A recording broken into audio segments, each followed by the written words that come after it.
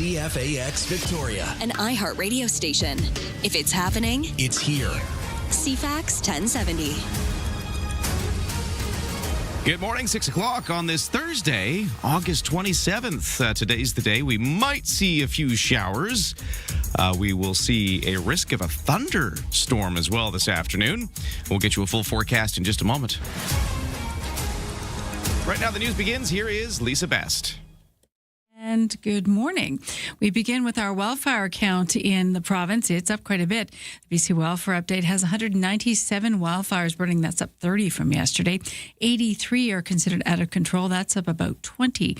We've had 58 new starts in the last 24 hours, including 23 fires in Vancouver Island. 4 of those considered out of control.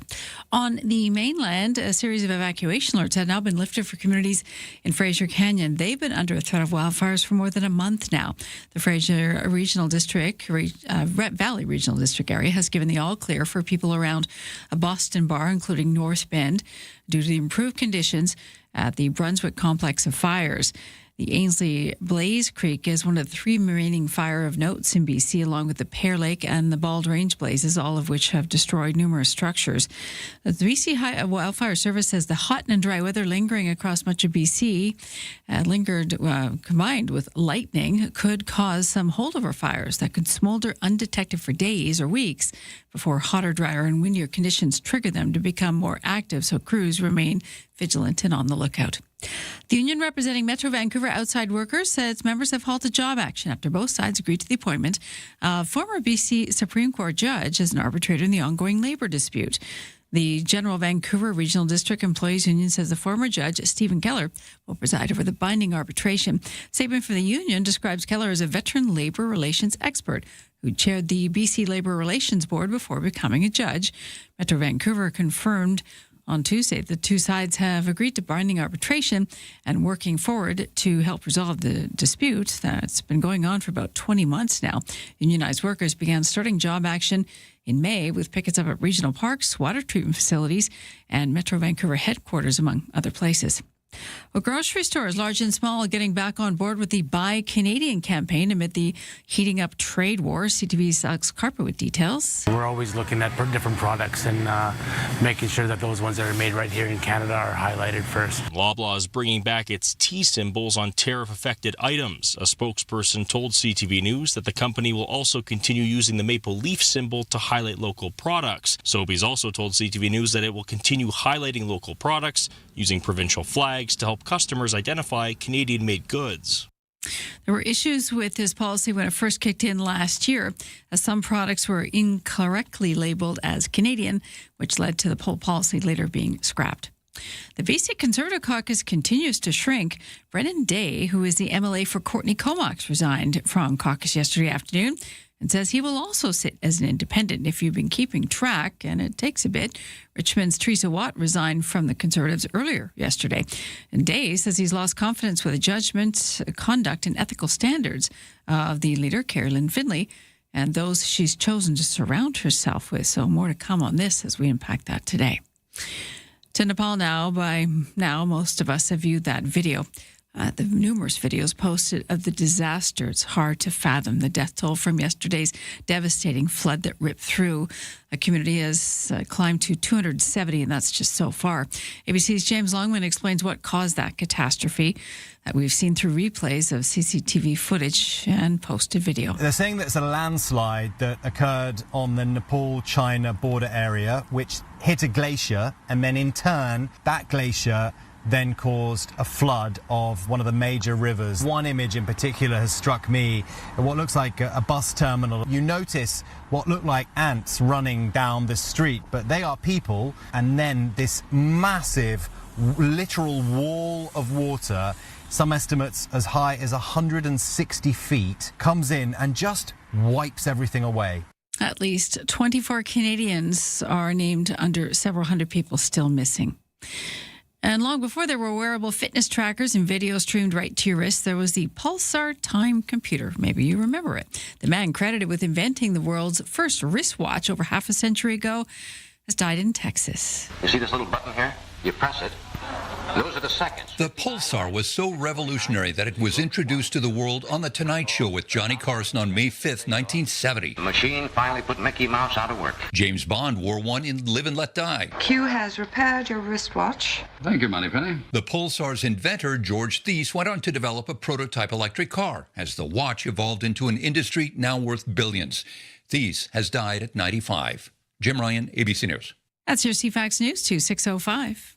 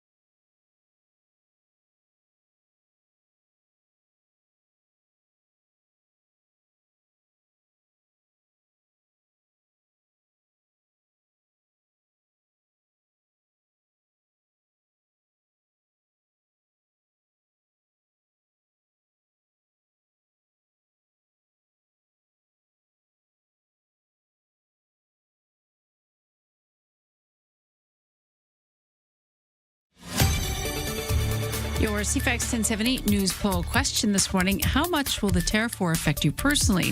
7% say a lot, 24% say a little, and the vast majority, 68%, say not quite certain yet, waiting for the dust to settle.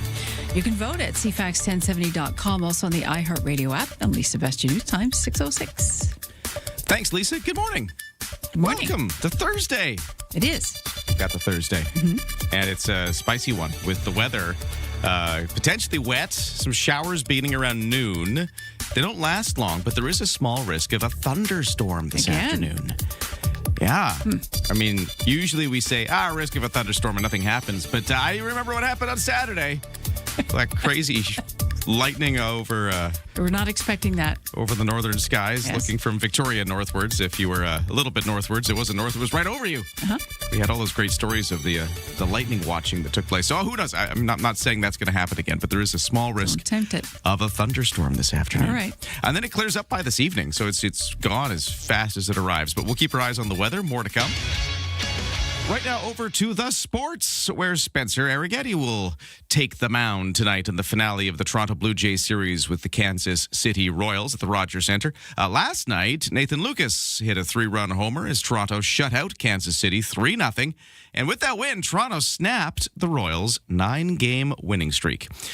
Speaking of baseball, Canada could not upset another baseball powerhouse at the Little League World Series. Japan eliminated Canada from the youth baseball tournament with a 7-3 victory last night. Canada upset Panama 3-2 on Monday, stunned South Korea on Tuesday 5-1, which set up the elimination game with Japan. But in the end, Canada couldn't pull it off one more time. But great work for the youngsters on Team Canada there at the Little League World Series. Over to the U.S. Open, Canadian Bianca Andreescu and her push to return to the U.S. Open continues this afternoon in the women's qualifying tournament. The 26-year-old from Mississauga won the Grand Slam back in 2019, but had her career derailed by injuries. Vancouver's Anna Huang, Calgary's Aphrodite Deng, and Brooke Henderson of Smith Falls, Ontario, are all in the field as the FM Championship tees off today. Huang and Deng played their way into the LPGA Tour event after finishing in the top 10 last week at the CPKC Women's Open, the Canadian Championship that was taking place in Edmonton. That's your sports. It's 6:09.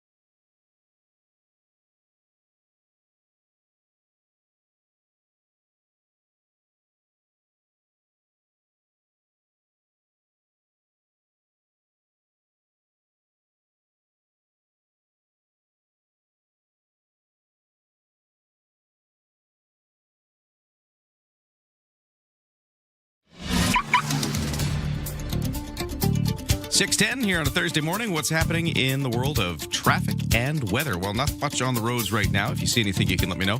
Text me at 71010. But yeah, pretty clear right now. No crashes, no incidents to report at BC Ferries, no sailing waits. The weather is where things are interesting. Increasing clouds as this morning goes on. A few showers beginning near noon. They don't last long. It'll just be kind of in the afternoon hours. By the evening, it should clear up. But a risk of a thunderstorm is with us this afternoon as well. And some wind will be blowing off the Juan de Fuca Strait. Temperature-wise, highs at 20. A little cooler by the water with the wind blowing. Clearing this evening, as I mentioned, it could be a bit foggy, but the rain clouds will clear. Lows down to 15. Tomorrow, mainly sunny. There could be some cloudy periods, but mainly sunny at times. Highs of 21 tomorrow. And then Saturday and Sunday, mix of sun and cloud. Highs around 19 degrees. As we get up into this Thursday, right now in Brentwood Bay, the temperature is 12 degrees. In Oak Bay by the water, it's 13. North American stock markets will open up a little later this hour, so let's kick things off by looking at how yesterday closed with Rob Westgate. Bay Street slipped lower at close on Wednesday, while Wall Street experienced a similar down day. Toronto's S&P TSX lost 144 points, closing at 36,814. In New York, the Dow Jones Industrial Average also shed 114 points, while the Nasdaq slipped 21. Asian markets were mostly in the red this morning, with Japan's Nikkei finishing down 130 points. The Hang Seng in Hong Kong, it closed down as well, 87 points. Canadian businesses continue to weather U.S. President Donald Trump's latest duties, while at the same time awaiting the planned reprisal from Ottawa to take effect. Late Wednesday evening, Finance Canada issued a statement saying it had been receiving feedback from Canadian industries and making some adjustments to its list of counter tariffs. In this case, the statement said that to protect against broader economic harm, seafood and fish products had been removed from the list. And Finance Minister François-Philippe Champagne is set to meet with his Indian counterpart in Toronto today. As for the loonie, it's trading at 72.02 cents U.S. From the Canadian Press Business Desk, I'm Rob Westgate. Let's get started. Start your day informed and entertained. Ryan and Lisa, mornings on CFAX 1070. Hey, welcome to the day. Thanks so much for joining us, making CFAX 1070 a part of your morning as we get rolling on this Thursday and talk about some of the things going on in the news. And what a wild day it was yesterday in some ways, trying to follow the news. But here's the thing. I was at a charity golf tournament yesterday. Nice. BC Hospitality Foundation. Held a fundraising golf tournament. Okay, Well if done, anybody's going to have a good fundraiser, it's the hospitality people. Yeah, it's a good one to go to. The Hospitality Foundation's charity golf event. They do good work, though. BC Hospitality Foundation, they help the people who work in tourism. They're there to help support those individuals. Tough job. Yeah, exactly. So cool stuff they do. It was a cool golf tournament, but it meant that I was out of touch with things. But then every once in a while, somebody would check their phone and you'd see a news story breakout. So that's kind of how I had to follow the news yesterday, including the news of more defections from the BC Conservative Party when Brennan Day, Island MLA, announced that he was also leaving. That took place as sort of somebody erupting on the golf course going, hey, this just happened. Okay. It's one of those kind of days. It's a good place to find out. Yeah, it was Golfing. interesting. Trying to follow the news, but from a golf course. I would love to get into... nine. Yeah, I would love to get into that a bit more a little later this hour. And over the course of the show today, we're going to continue to unpack the wild ride this week that has been BC politics. Right. But the first thing I wanted to start with, Lisa, is to the tariff war, to the trade dispute with the United States. First off, we were talking to Bob Fremeni from Finest at Sea yesterday. It's probably breathing easier today. Well, because the timing was very interesting because he had just finished telling us from his fishing boat off of the north coast of BC where he was. He was just so concerned about the seafood tariffs that Canada was about to apply to American seafood products, which it made up a big part of the tariffs that we were doing. That puts him in an awkward spot at the very least. Yeah. He was talking about how he was concerned about counter tariffs against the Canadian products that he sells to the U.S. Like, what if the Americans retaliate against this? And he also says he buys American seafood products to sell in his stores and for his supply chain. So he was very worried, and he just sort of felt that nobody's going to win out of this, was his thought. I think we sometimes all feel that way. When we look at, when we start to watch the dust settle and find the fine print. Yeah. But Ottawa then yesterday tweaks the reciprocal tariffs, and the seafood and fish products are being removed from the list.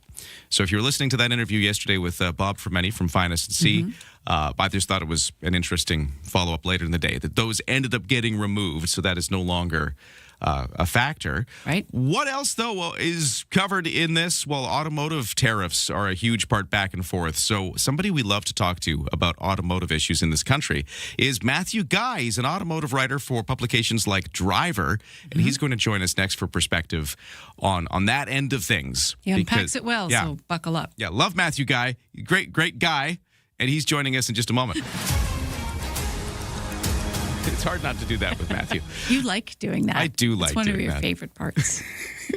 Matthew, really, there's only one reason we're talking to you. It's because you're a good guy. Because you're a good guy. I'm so sorry, everybody. It's time for the news. It's Ryan's sense of humor. It's 6:16. It's time for Lisa to talk for a while. Let's talk about RCMP. Officers handing out a number of violation tickets and enforcement actions during the annual Salmon Days Fishing Derby up in Port McNeill. It was a joint operation involving RCMP, Fisheries and Oceans Canada officers, as well as BC Conservation Service. Officers stopped and checked numerous vessels to ensure compliance with applicable fishing regulations, boating safety requirements, and other legislation. They also took the time to chat with boaters about responsible fishing practices and boating safety, also something always you should be up on.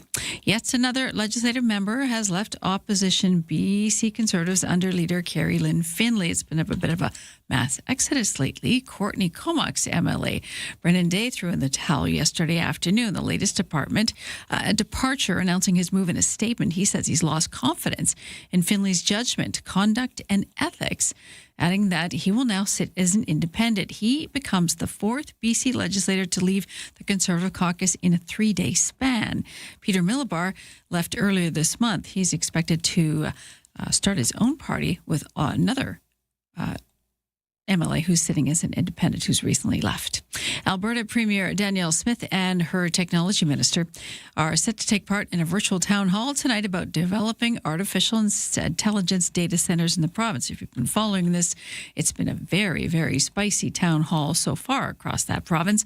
It's the third of the 4 town halls the government has organized to tell Albertans about its approach to attracting and regulating the major computing facilities and hear feedback. Most people say they don't trust it and they don't want it. Technology Minister Nate Glubish was hit with criticism and demands for safeguards from local. The virtual town hall is the only one that Premier is expected to be joining. That's your news to 6:18. Thanks, Lisa. Traffic and weather updated next, and then we talk automotive tariffs with Matthew Guy.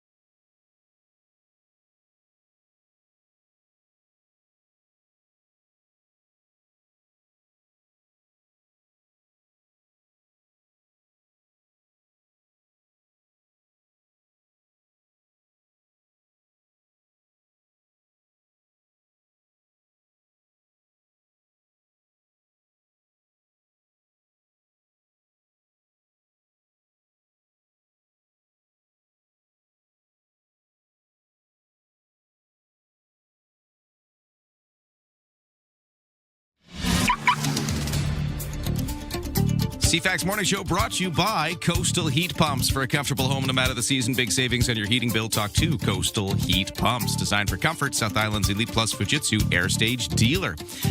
No crashes, incidents, or other major problems on the roads, and volume delays remain light at this early morning hour. There will be some road work to watch for in the city today. This is Cook Street from Finlayson to Cedar Hill. I guess it's a little out of the city. Technically City of Victoria, just not downtown, to clarify.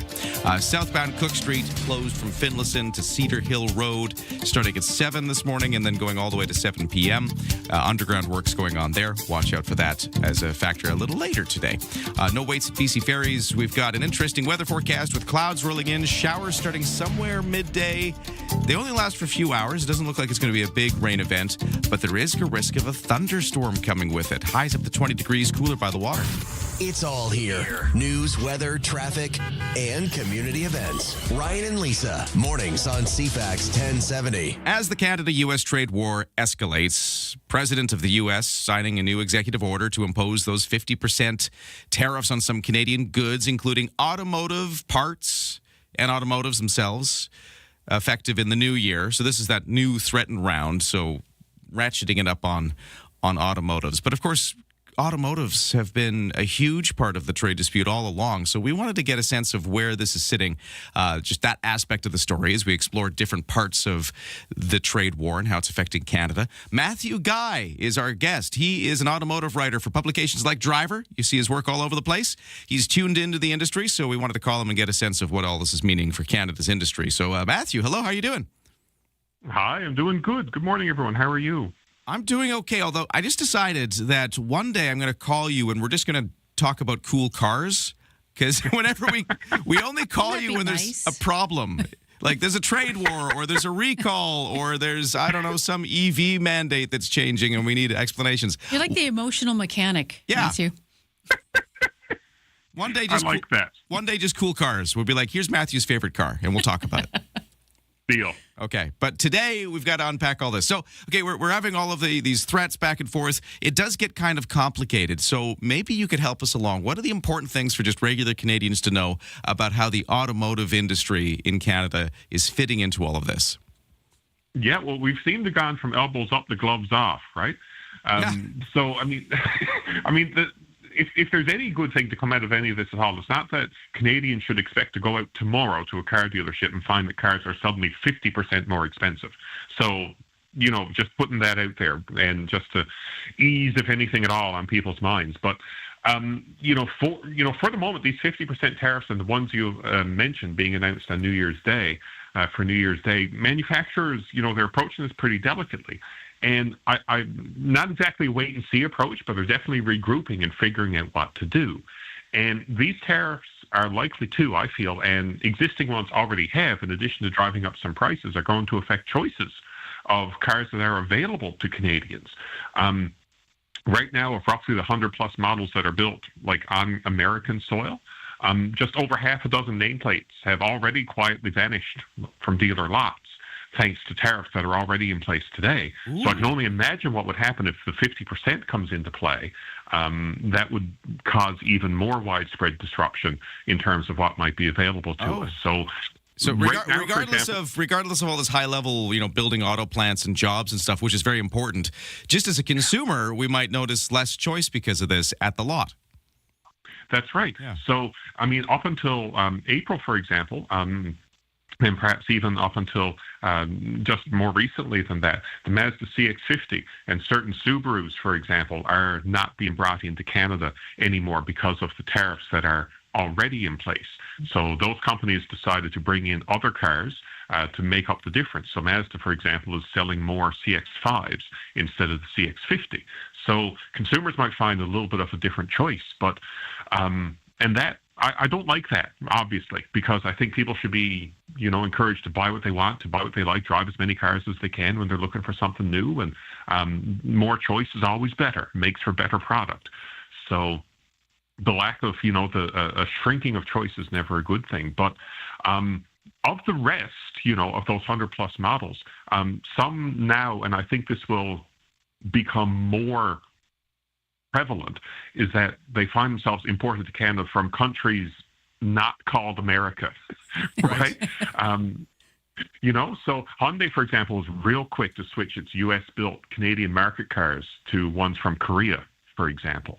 And I was in Korea just a few weeks ago, and I was standing on the docks at Hyundai, and the destination stickers on the windows of, there were a yaffle of Elantras there, and they said Halifax and BC, right, two of our Canadian landing sites, as destinations for them, along with places like Australia and others. So some companies have the might to make that pivot, and that's a good thing. Well, yeah, I guess if you're a Korean car company, you can do that. But I guess if you're General Motors, it's a little harder to do because it's from the United States. It really is. It really is. And excuse me, one of the things that I inferred, I guess, from the news that we've gotten about why the deal collapsed over the weekend and the Canadian government decided, hey, no, we're not pursuing this anymore, is there was something in there about extra tariffs or heavy tariffs, even after signing the deal, about heavy-duty trucks. And General Motors and Ford both produce heavy-duty trucks in their Canadian plants, or Ford is promising to, but General Motors does so now in Oshawa. And it would be very difficult for them to switch production down to the States because the two plants that make those vehicles, Fort Wayne in Indiana builds the half tons, and Flint in Michigan does the heavy duties. Both of those facilities are maxed out. They're operating at full capacity. So where are these extra trucks going to come from? So it's all of this short-sightedness and these knock-on effects, of these tariffs that will cause disruption in availability of vehicles. Never mind the increased costs that could come with all this. Matthew, what does that mean for a consumer when we have simply less choice moving forward? I think it's a problem because I'm a big proponent of people having lots of choice in what they drive, or what you eat, or the couch you buy at the furniture store. But the big companies might be some of the winners in this, like Hyundai. BMW is the same thing. Some of its X3s, like that their smaller SUV. For a while, they were no longer sourced from the Spartanburg, South Carolina plant, but instead from the Rosslyn plant in South Africa, right? Which is not exactly next door. Right. So and the smart consumers will always look at every line item on a sticker price for a car, and you guys do. All of your listeners do, I'm sure. But you have the general sticker price, right? $49,995 or whatever it is, and then there's a freight charge always there. And those freight charges have been creeping up. So automakers are not hiding that, I don't feel. It's clearly listed on the sticker. But that is a way, for them to recoup shipping a car from South Africa instead of South Carolina. And wow. Those are going to be some of the increased prices that we're going to see at dealerships for sure. Oh, it makes sense to change those supply lines to places not tariffed. But yeah, I didn't realize we were bringing cars from as far away as South Africa as a way to deal with this. That's interesting. It is. And I find these tariffs are silly on a whole number of levels. Yeah. But think about it in terms of Americans being affected by it too. Like if a Hyundai plant in the Deep South is forced to make fewer cars because the mothership in Korea has decided to import its Canadian allocation from Korea, that could affect jobs in South Carolina, right? Because they're making fewer cars because the ones from Canada are coming from Korea. So it's shooting oneself in the foot. And all these conversations have been had before. I'm not saying anything new there, but it's just very specific in my world, thinking about, okay, you're going to make fewer cars potentially in South Carolina, right? Just because of these tariffs. So there's a whole bunch of different aspects to that, for sure. So fascinating. Matthew Guy, automotive writer with publications like Driver. You see his work all over the place as he follows the automotive industry. Fascinating stuff. Yeah, we're trying to explore all these different avenues of the tariff dispute we're having, the different sectors of our economy affected, and automotive's a big one. And I'm really glad you could join us for that conversation today. Thank you. Thank you for having me back. And like you said, next time we'll talk about our favorite cars. Oh, we're just going to, I'm going to make that happen. We're going to book you sometime in the next couple of weeks. We're just going to talk about nothing but fun stuff. So that's next, I promise. Okay, Matthew Guy, looking forward to that one. Thank you very much, everybody. From from CFAX 1070. Here's what's happening around the island. 40 years of Fringe magic. Experience Victoria Fringe Festival, August 26th through September 6th. Feel the roar at Pacific FC. Get your soccer tickets today at cplsoccer.com. West Shore Swap Shop and Market is at Rally at Royal Bay every Sunday. Support Goldstream Food Bank with a $2 admission or a food donation. Get more event info at CFAX1070.com. If it's happening, it's here. CFAX 1070.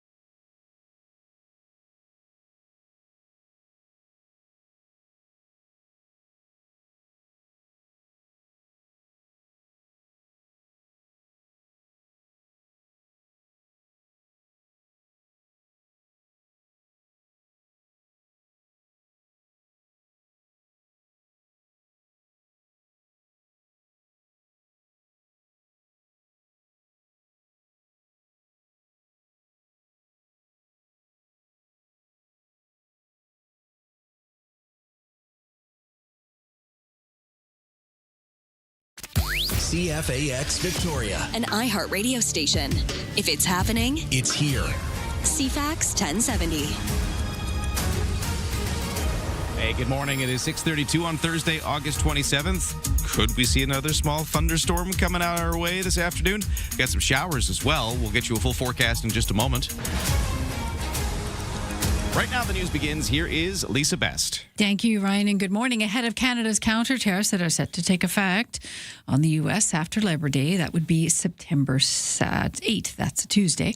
Both sides appear to be closer to potentially getting back to the negotiating table. In fact, the U.S. president spent much of yesterday lobbing more threats our way on social media and through interviews. CTV's Mike Lecouture has some of the latest developments. They are one of the worst countries in the world to deal with. It's time to teach Canada you can't do this anymore. Ontario Premier Doug Ford is continuing to attract anger from Americans for the failure of the deal. Apparently, Ford was like the devil in Carney's ears, don't do this, don't do this. Ford denies that. In Calgary today, Industry Minister Melanie Joly highlighted the $28 billion worth of countermeasures. We had many cards in our hand. And of course, we have many hands to play. Donald Trump continues to taunt and threat Canada, and he did so yesterday, including him rewriting the map of Lake Ontario. All it takes is a good pen and some intelligence. So Lake Ontario, that's gone. Lake America. So now we have a lake, and now we have a gulf. Because we have the Gulf of America, now we have Lake America. So the gulf between Canada and the U.S. continues. Now, following industry feedback, the federal government has tweaked the retaliatory tariffs. Late Wednesday evening, Finance Canada issued a statement saying it had been receiving feedback from Canadian industries and is making some adjustments to the list of counter tariffs. Canada's response was spelled out on Tuesday, including doubling tariffs on American steel and aluminum products to 50% and imposing tariffs ranging from 15 to 50% on hundreds of other U.S. exports, including clothing and apparel, appliances, and dairy products. Now, Finance Canada says to protect against broader economic harm, seafood and fish products have been removed from the list, but no further details were released. Naira Ahmed, The Canadian Press. A new study shows a newer shingles vaccine is being linked to a lower risk of dementia.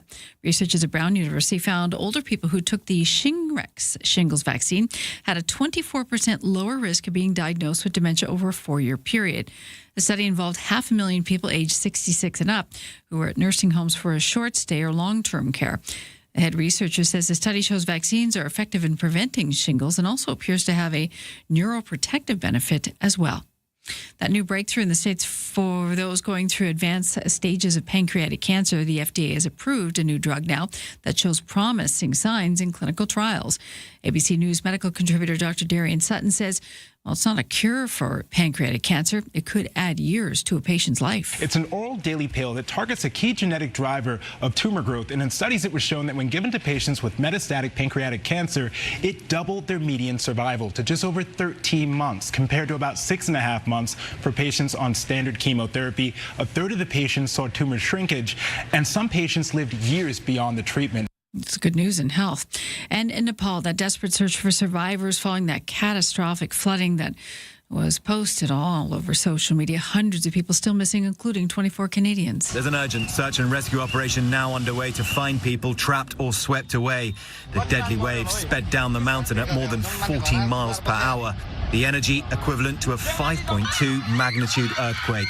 Experts say it was triggered by a massive landslide which hit a glacier and melted tons of ice along the way. That is your news to 6:36.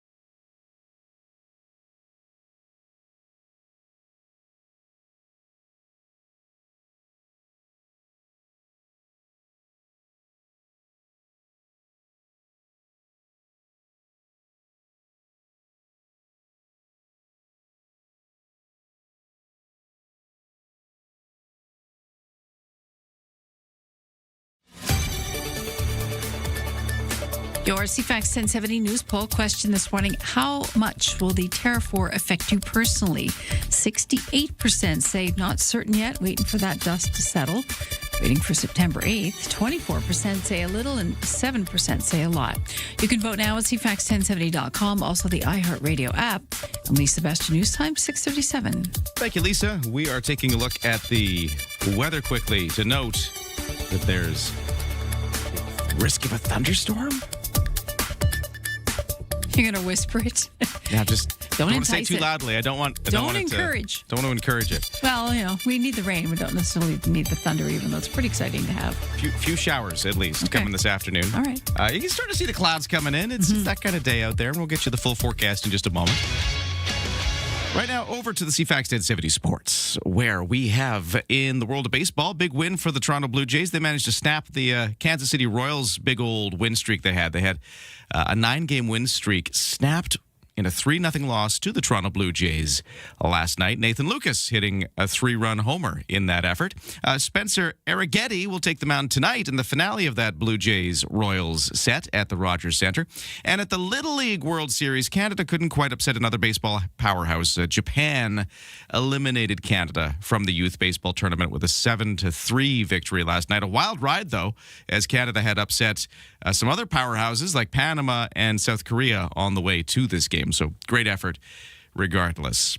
Vancouver's Anna Huang, as well as Calgary's Aphrodite Dang and Brooke Henderson of Ontario, are all in the field as the FM Championship tees off today. Huang and Dang played their way into the LPGA Tour event after finishing in the top 10 last week at the CPKC Women's Open, which is the Canadian Championship that was held in Edmonton. That's your CFAX Sports. It's 6:39.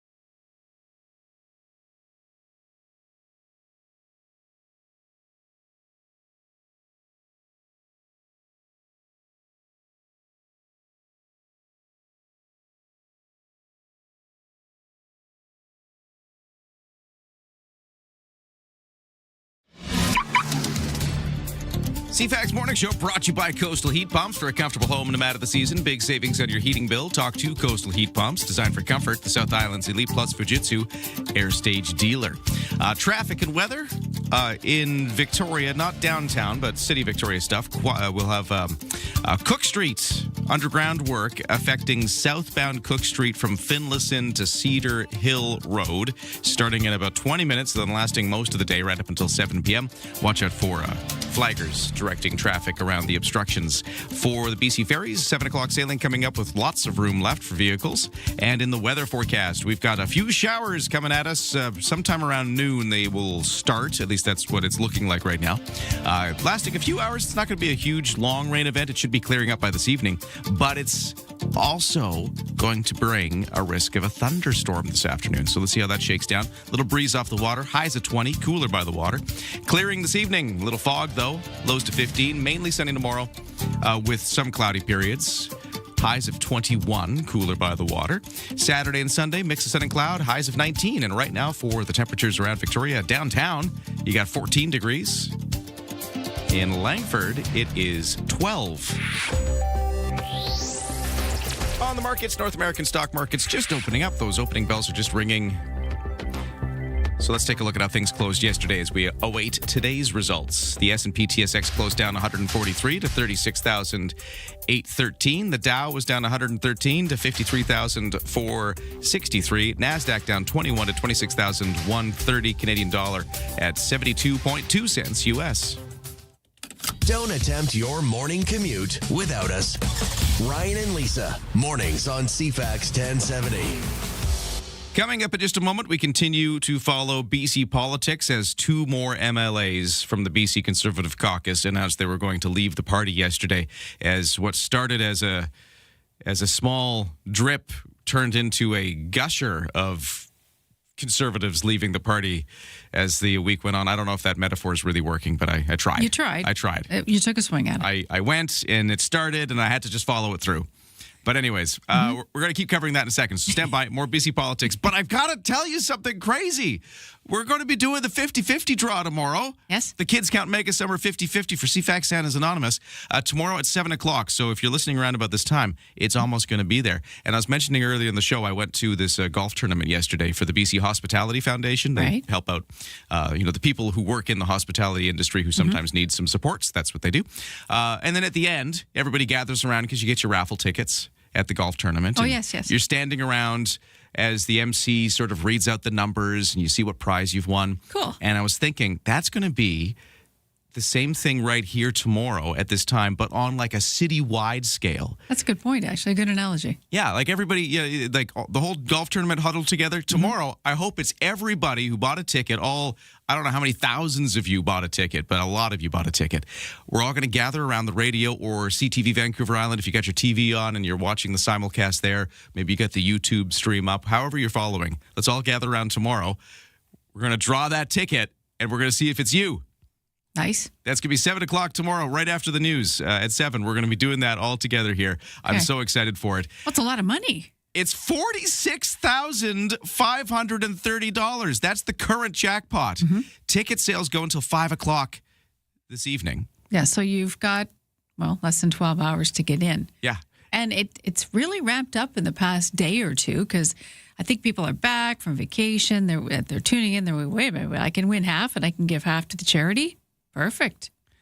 And we've just been told 5 packs and 20 ticket packs have sold out. We only have single tickets available for sale in the Mega Summer 50-50. You know the beauty of a single ticket? What's the beauty of a single ticket? You can still win. Yes. It only takes one to win. So it's selling out. I was wondering if this would happen because we only had a finite number of tickets. We want it because that's more money to charity. More money to CFAX Santa's Anonymous and their Kids Count program, helping kids beyond Christmas. And we set a cap on tickets so that there's a better chance for you to win. There you go. If it was like a regular lotto, you know, there's lightning out there too. You could possibly get struck by. So there's a strong chance. Someone's going to win. Obviously, someone hopefully locally because you have to be a BCer, you have to be an adult, And, fingers crossed it's going to go to you if you bought tickets, because it looks like a lot of people scooped up a large amount of tickets all at once. Yeah, the 5-packs, 20-packs, all sold out. Single tickets still available. Go to CFAX1070.com for your chance to win. And you've only got a few hours left. 6:45, time for the headlines with Lisa. A new commemorative crosswalk installed to the entrance of the Royal Canadian Legion Branch 54 on Eustache Road near Shields Road in the West Shore, creating a lasting and visible tribute to veterans and all those who have served and sacrificed. The crosswalk features maple leaves and the silhouette of a service member standing with 2 children, accompanied by the words, "In honor of those who served and sacrificed." A nice touch. The design reflects both the remembrance and the importance of carrying veteran stories and legacies forward into future generations. Mayor Maya Tate says Sioux community is very proud of this latest edition. Ottawa tweaking its reciprocal tariffs on the U.S. after receiving industry input. In a statement late last night, the Finance Canada says it has removed seafood and fish products from their list, citing protection against broader economic harm as a reason for that change. Canada is set to raise the tariffs on steel and aluminum products from the U.S. from 25% to 50% in response to the U.S. president's latest duties. The federal government will also impose between 15% to 50% on hundreds of other U.S. exports, anywhere from 7 to 800 exports. And that includes clothing, apparel, appliances, electronics, and dairy products, just to name a few. The BC Council of Forest Industries CEO Kim Huskat says that the province's forestry sector supports Canada's decision to walk away from trade talks with the U.S. despite a scuttle deal that potentially addresses the long-standing softwood dispute. Huskat says that while talks breaking down presents challenges to the industry, the forestry sector wants a deal that works broadly for Canadians across the country. The U.S. Trade Representative Jameson Greer says the talks broke off last week after the Trump administration offered the cut lumber tariffs in the deal. BC Premier David Eby says he's heard that progress on lumber was being made in the talks before they ended, but adds that people should not be naive about the benefit of a deal signed by the Trump administration, given its history of unpredictability. And kids under the age of 18 will see a host of changes to their Instagram and Facebook experiences thanks to a historic $18 billion settlement with Meta Platforms. This was reached with 48 states. Now, California is going to get the largest chunk of cash. That'll be paid over the course of a decade. But Meta has agreed to help strengthen its age estimates to keep kids under the age of 13 off its platforms and teach in age-appropriate accounts. What that means is enact a hard limit of 2 hours a day for users under 18. It'll block kids from the apps from midnight to 6 a.m., hide like counts, among other changes. But critics and children's advocates caution it may not solve its myriad of problems overnight. And that's your news to 648. BC politics, lots going on with the BC Conservative Party this week. Yesterday, 2 more MLAs leaving. We're going to talk a bit more about that as we begin our coverage of that on the show. We're going to be doing it here. We've also got some more coverage in the 8 o'clock hour as we will be getting some reaction to this. So let's get into this in a second, including, and I'll tell you what I'm going to do. One of the MLAs who left, I was kind of surprised by, and I'm going to explain why next. From CFAX 1070. Here's what's happening around the island. 40 years of Fringe Magic. Experience Victoria Fringe Festival, August 26th through September 6th. Feel the roar at Pacific FC. Get your soccer tickets today at cplsoccer.com. West Shore Swap Shop and Market is at Rally at Royal Bay every Sunday. Support Goldstream Food Bank with a $2 admission or a food donation. Get more event info at cfax1070.com. If it's happening, it's here. CFAX 1070.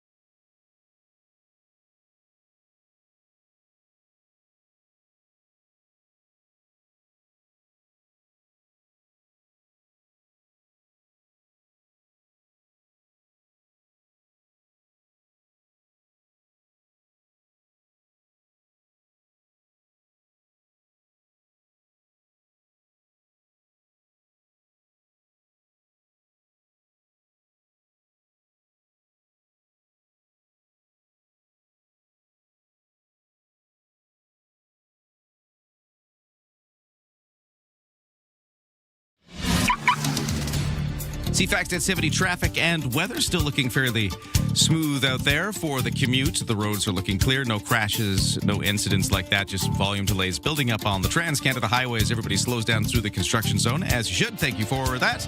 And we have some construction starting up in about 10 minutes on Cook Street, southbound from Finlayson to Cedar Hill. This is actually a full lane closure. They'll have some flaggers there directing traffic. It starts at 7 in a few minutes, and it'll go until 7 p.m. tonight. No waits, BC Ferries, and the weather. Well, we have a risk of a thunderstorm this afternoon. Some showers as well, beginning around noon, and then ending a little later this afternoon. So it's sort of a brief moment that's going to pass by, but when it does, a few showers, maybe some thunder. Highs of 20 otherwise today, and clearing up this evening, except for some fog that could develop overnight. Lows down to 15. Tomorrow, sunny at times, cloudy at others. Highs of 21. Mix of sun and cloud for Saturday and Sunday with temperatures around about 19 degrees. CFAX Morning Show brought to you by Coastal Heat Pumps. For a comfortable home no matter the season, big savings on your heating bill. Talk to Coastal Heat Pumps, designed for comfort. The South Island's Elite Plus Fujitsu Air Stage dealer. Thanks for starting your day with us.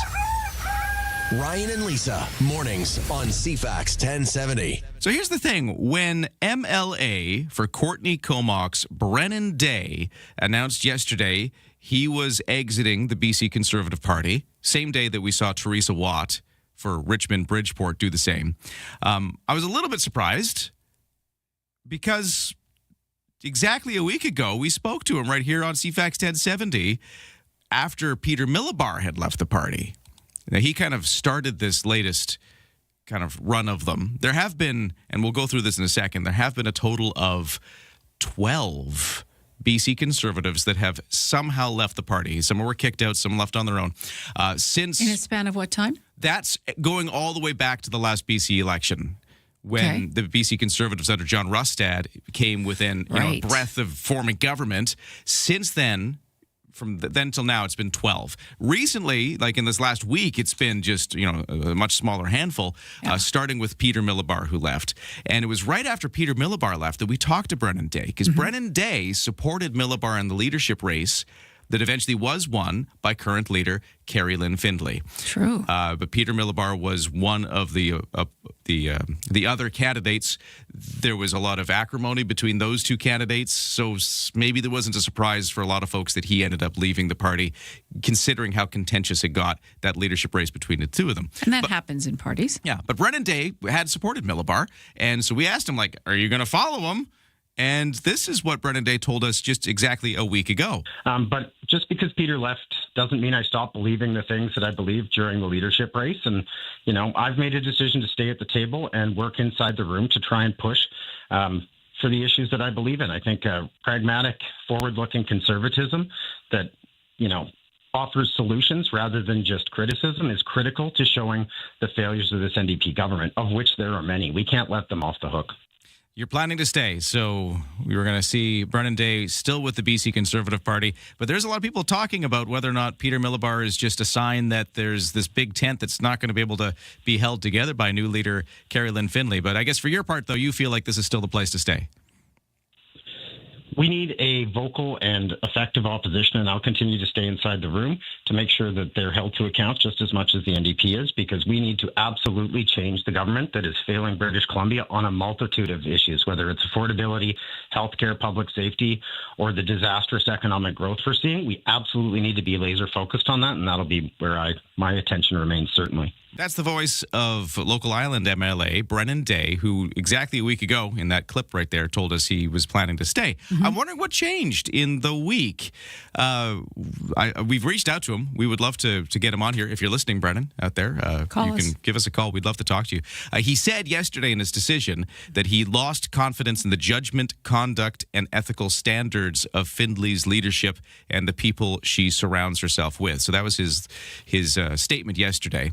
I think that last part is interesting. The people she surrounds herself with. Yeah. Yeah? Well, wouldn't he be one of them? Well, I don't know. He would be, right? Depending on, how inner circle and all that. But still, he in that interview, recent, he was gung-ho and working with the team. Or at least saying that. Something went sideways, obviously. So anyways, we'd love to follow it up with Brennan Day, see what changed in the last week, or really had he already changed his mind and just wasn't ready to say it. I don't know. But going back to the fact that there have been 12 legislators who've exited the party since the 2024 election, I was reminding myself, I went through this list, so I'm just, hang on, everybody. Let's recap. Yeah, I think it's time for a recap. Because we do need, it's Game of Thrones. If you recall, the first ones to go were Dallas Brody, Jordan Keeley, and Tara Armstrong. This is going way back. This is when John Rustad was the leader still. They were thrown out. I should say Brody was thrown out, and the other two, Keeley and Armstrong, kind of followed in sympathy with her. This was after, if you recall, Rustad said that Brody had made some comments mocking residential school survivors, so he was kind of forced to act, and the other two left. Eventually, Brody and Armstrong briefly formed that party, 1BC, but they split. Brody's still with the party, but Armstrong left. So that's those three who were the first to go. Eleanor Sturko famously left afterwards. She was also fired from the caucus, so she didn't leave herself. But Rustad, still leader at that time, accused her of plotting against his leadership. She denied the charge, but anyways, this was back in September of last year. She then left. Amelie Boltby, who's the Penticton Summerland MLA, resigned. So she left by herself. She wasn't kicked out. She resigned, accusing Rustad of telling her to get out. That was a spectacular exit. In fact, I think he used some more colorful language that we cannot say on radio. At least that's what she accused him of telling her. That's a spectacular part, yeah. Yeah, exactly. So she leaves. Eventually, she joins the NDP. So she's now with the NDP caucus. That didn't happen right away, but she sat as an independent first. Okay. That's Amelie Boltby. Right. And we're still in the Rustad era now. Now let's move into Rustad is gone, and there's interim leader Trevor Halford of the BC Conservatives, who removed Han Chan, who's the Richmond Centre MLA. He was removed after charges of assault were levied against him. That's right. Chan has said he disagrees with the allegations. He's planning to defend himself, so just saying that. He's denied it, but anyways, with that swirling, the interim leader removed him from the party. Okay. Then we get to a big pause in the action until very recently, and then we get into this current stretch that started August 14th with Peter Millibar, Kamloops Centre, the leadership contender who quit the caucus, citing his, not being on the same page as new leader Findlay. Right. And now we've had Rhiannon Gasper, Ian Payton, Rosalind Bird. Then yesterday, Teresa Watt and Brennan Day. They were the ones that followed in just the last couple of weeks there. So does that help catch up everybody? Is that the recap? I think so. We're all sipping our coffee. We're all hungry now. We should have packed a lunch for that. It's a lot of work. It's a lot of work to get through that list. You almost want to see a grid, right? Yeah. And the timeline. But wow. And the thing is, for the average person, whatever camp you fall in, whatever political stripe you go for, you're still watching this thinking, what's going on? Like, just to be a fly on the wall. Yeah. Like, what's happening here? That every leader that comes in, it just seems to bring more uncertainty, chaos. There's earthquakes happening within the party all the time. And I know that the Liberals are sitting back thinking, okay, we're fine. Or the NDP, you mean, in this case. My bad. I'm thinking federal. Federal, right, yeah. Yeah. But the NDP are sitting back just trying to not have any of it get on them. And I feel for people in the party because these are people MLAs who represent communities, represent constituents, just want to get the job done, want to help their communities move forward. And they're mired down in a whole bunch of politics is what it seems like. And rightfully so. They're the reasons why leaving, whether bona fide or not, people have their reasons. And if they feel their beliefs are being discredited or they are, then of course you find the door. But it's going to be interesting meetings moving forward. We're going to keep those tough decisions, those hard candy conversations are going down. We're going to keep following it here on the show. We've got a UBC political science expert joining us in the 8 o'clock hour to give his take. So stay tuned for much more coverage. But right now, we got to take a break because the 7 o'clock news is next.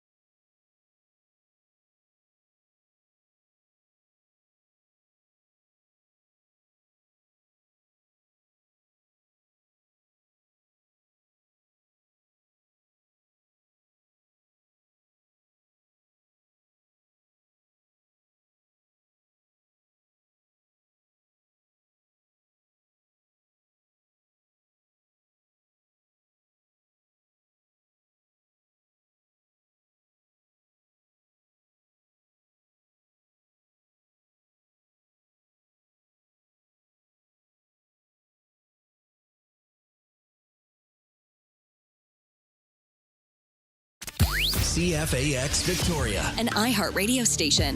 If it's happening, It's here. CFAX 1070.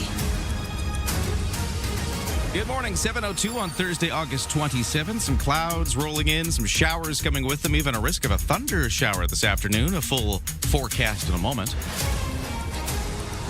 Right now, the news begins. Here is Lisa Best. Good morning. Amid this lingering trade uncertainty, the Prime Minister is facing a new controversy linked to it, as Conservatives have been calling to recall Parliament early in order to debate the counter tariffs and look over that rejected deal. Carney is now instead set to travel to Europe next month and deliver a speech before Europeans Parliament. CTV Ottawa Bureau Chief and CFAX host Graham Richardson has details. The optics of this are not great. This speech was booked months ago in Europe, but at the same time, things happen. You've got to shift. Prime Minister's office says Saturday's speech and news conference gave Canadians from Carney what they need to know about this crisis. The Conservatives, of course, saying that's not nearly enough. We need to see it in Parliament, a real-time debate about counter tariffs, about relief programs. For the moment, Parliament is set to reconvene on September 21st. Grocery stores, big and small, getting back to the board for their Buy Canadian campaign amid the trade war. CTV's Alex Carpa with details. We're always looking at different products and making sure that those ones that are made right here in Canada are highlighted first. Loblaw is bringing back its T symbols on tariff-affected items. A spokesperson told CTV News that the company will also continue using the maple leaf symbol to highlight local products. Sobeys also told CTV News that it will continue highlighting local products, using provincial flags to help customers identify Canadian-made goods. There were issues with the policy when it first started last year. Some products were incorrectly labeled as being Canadian when they weren't, and that led to the program being scrapped. On the BC wildfire update, we have 197 wildfires burning. That is up more than 30 from yesterday. 83 are considered out of control. That's up 20. 58 new starts in just the last 24 hours. There's 23 fires on Vancouver Island, including 4 considered out of control. Most are in wilderness areas on the mainland. A series of evacuation alerts have been lifted for communities in Fraser Canyon that have been under threat of wildfires for more than a month now.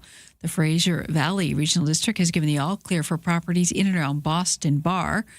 The fires forced the evacuation of that community of about 200 residents, roughly 250 kilometers northeast of Vancouver, on July 16th. Long time to be out of home with all that uncertainty. The Ainslie Creek blaze is one of 3 fires of note burning in the province still, along with the Pear Lake and the Bald Range blazes, all of which destroyed numerous structures, unfortunately.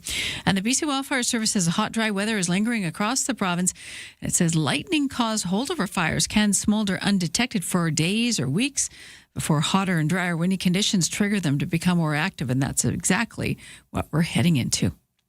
And stateside, that landmark settlement's been reached with Meta in a U.S. federal court in a trial centering around addressing social media addiction in young people. Instagram and Facebook will set daily 2-hour time limits. They will block the apps from midnight until 6 a.m. So you couldn't go on the apps during that time if you have a teen account. They will hide like counts. They will ban some beauty filters, really fundamentally changing how younger people will interact with these platforms. So far, those changes only implemented stateside. There's no details yet on if or when they may take effect in Canada, but it's something to look at. That's your news to 7:06.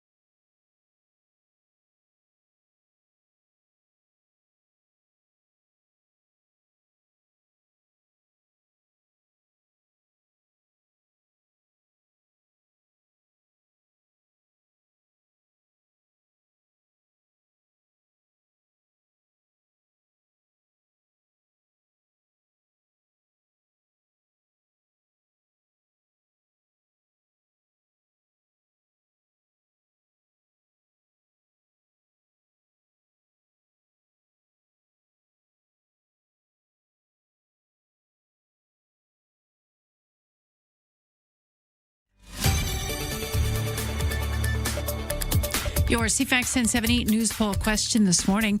We're asking how much will this tariff war affect you personally? 7% saying a lot, quarter saying a little, 24%, 68% vast majority right now saying not certain yet, waiting for the dust to settle. You can vote at CFAX1070.com. Also on the iHeartRadio app. I'm Lisa Sebastian. News time is 7:07. Thank you, Lisa. Right now in Victoria, at least at the airport, it is 13 degrees. We've got clouds rolling in and a chance of showers possible, with a chance of thunder possible this afternoon. Again. All that's coming up in just a few moments. We'll get you your weather. Right now to the sports. We'll start on the diamond night after making a base running mistake that led to a Blue Jays loss. Outfielder Nathan Lucas. Got to get the mouth working today. It's the golfing yesterday. That's what we're going to blame. I was out too late yesterday. Yeah, that's what happened. Partying. So Nathan Lucas, the outfielder for the Toronto Blue Jays, kind of made up for it yesterday with a 3-run home run in the 4th inning. Proved to be the only offense in the game in Toronto's 3-0 win over Kansas City. Felt good. There were a few guys that came up to me and said that I was going to come up big tonight just to make up for what happened, but I guess you can't screw up base running if you just hit the ball over the fence, so it's great. It's that easy. You know, you make less mistakes base running if you just hit a home run every time. When you're at that level, it's all that easy. Oh, that was what I should have done all along. Right? Just hit home runs. Just hit the golf. Just hit the golf ball. Oh, the Blue Jays need to keep stacking wins together, though, to mount a postseason challenge. There's still 3 games back now of that wild card spot. What else is going on in the world of baseball? Well, at the Little League World Series, Canada lost to Japan, so has been eliminated now after a 7-3 win from Japan. But what a ride, because Canada upset powerhouses Panama 3-2 back on Monday, then stunned South Korea 5-1 on Tuesday to set up that elimination game with Japan. So cool ride, but it is over with Japan winning that game. Canada will be looking to Bianca Andreescu and her push to return to the U.S. Open. That push will continue this afternoon in the women's qualifying round. The 26-year-old from Ontario won the Grand Slam back in 2019, but has had a career derailed by injuries since then. And that's your CFAX Sports to 7:09.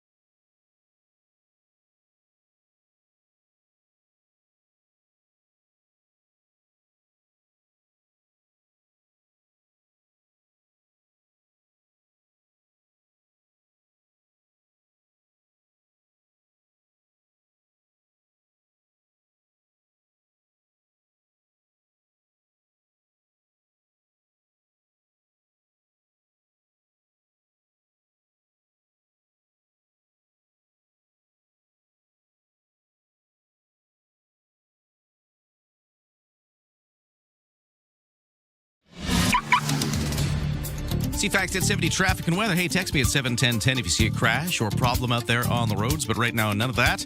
Everything's looking very civilized. The commute in from the West Shore to Victoria looks very clear right now.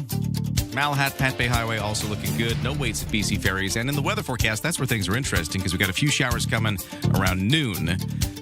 Clouds are rolling in right now. You can kind of see that coming in. A risk of a thunderstorm this afternoon as well. We've got a high at 20 degrees, a little cooler by the water where it's a bit breezy. The skies will be clearing, though, by this evening. So this little spat of rain, maybe thunder, won't be long-lived. We could see some fog overnight, though. Lows to 15. Then tomorrow, sunny at times, cloudy at others. A little fog in the morning. Highs at 21, cooler by the water. And for the weekend, Saturday and Sunday, both looking sunny with temperatures around about 19 degrees as the high.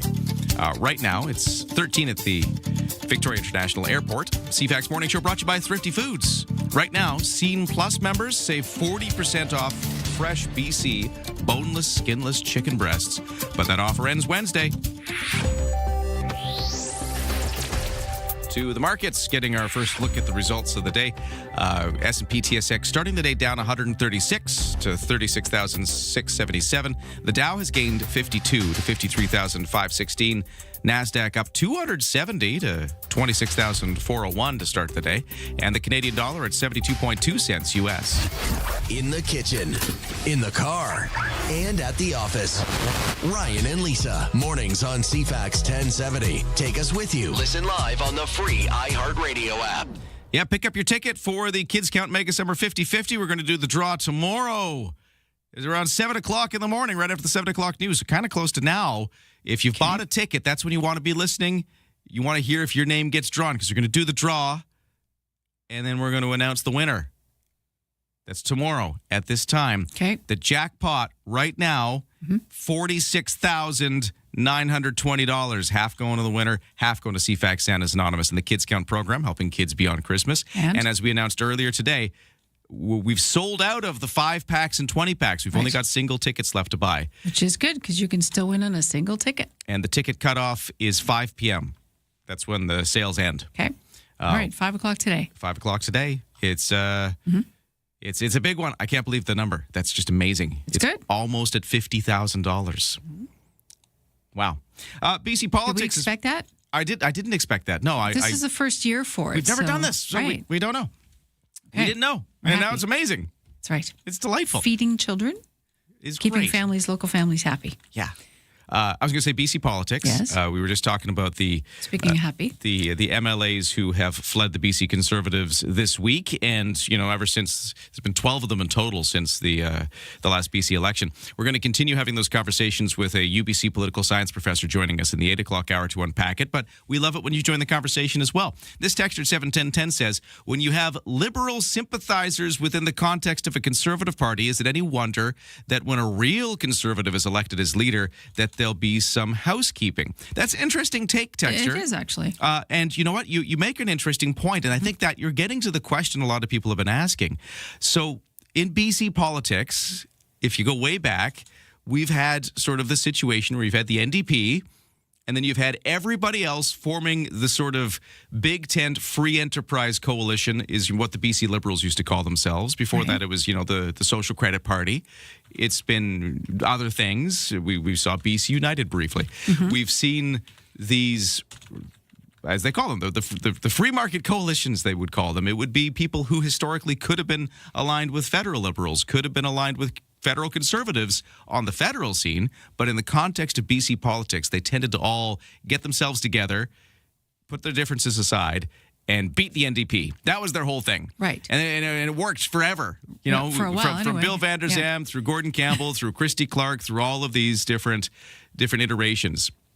And the question seemed to have been, would this new BC Conservative version of it, I know it's a different party, but it seemed to be that was the experiment here. All these people leaving that other free market coalition, maybe to join this one. That's why you saw these former BC Liberal/United people, I think, joining up with the BC Conservatives, who, you're right, texter, naturally might have been more of the federally conservative-minded folks, joining up with people who might have been, a little to the left of them politically, but still, in opposition to the NDP.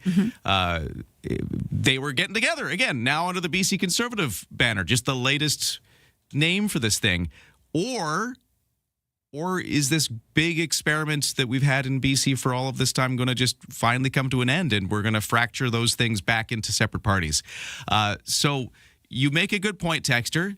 Is there any wonder this is happening? I think the reason there's wonder, texter, is because of that history we have of these two sides. You're right, the Liberal sympathizers, as you put it, and the Conservatives, the real Conservatives, as you put it, before used to get along because they wanted to oppose the NDP. They had a bigger foe in their mind. Yeah. And now the foe seems to be within the party. So are we seeing the end of that in BC politics? I think is why this is such a monumental moment and why we're paying so much attention to it. Or is it just a shift? Regardless of whether you think it's great or bad or whatever, I think it's fascinating. And you make a good comment. Thank you so much for joining us at 7:10:10. Good news is we have Stuart Press coming up at 8:20 to unpack all this. Yeah, and in fact, maybe we'll get into this very conversation there if that is what we're truly seeing. We'll get a break right now for the 7:16 news headlines. And here's Lisa. Canada's industry minister has deflected questions about whether the country will use Alberta's abundant energy exports as leverage in the tense trade war that continues with the U.S.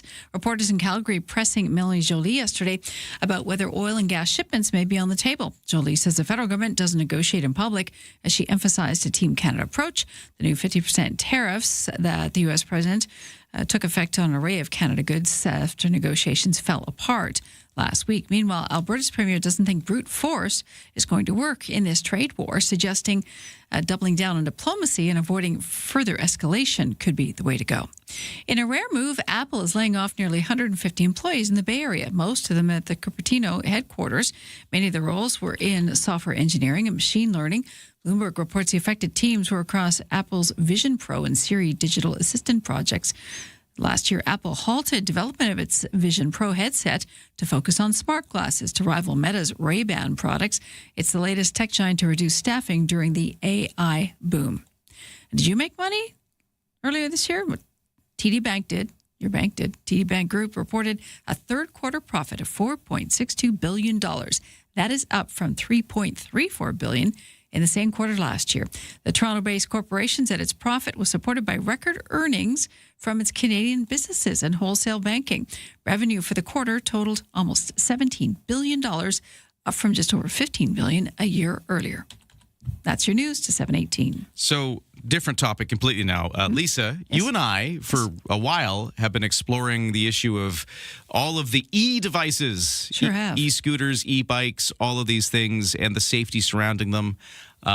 We've had the RCMP putting out a lot of warnings about, wait a minute, there's speed limits here, there's age limits, there's all these things. My neighbor almost hit a 12-year-old without a helmet yesterday. Some of them aren't even allowed. That was illegal. Yeah. There's a lot of things. Well, different angle to the story as we continue to have that conversation. The Canadian Institute for Health Information is suggesting that hospitalization for children and adults riding e-scooters has risen by nearly 40% over the past year nationwide.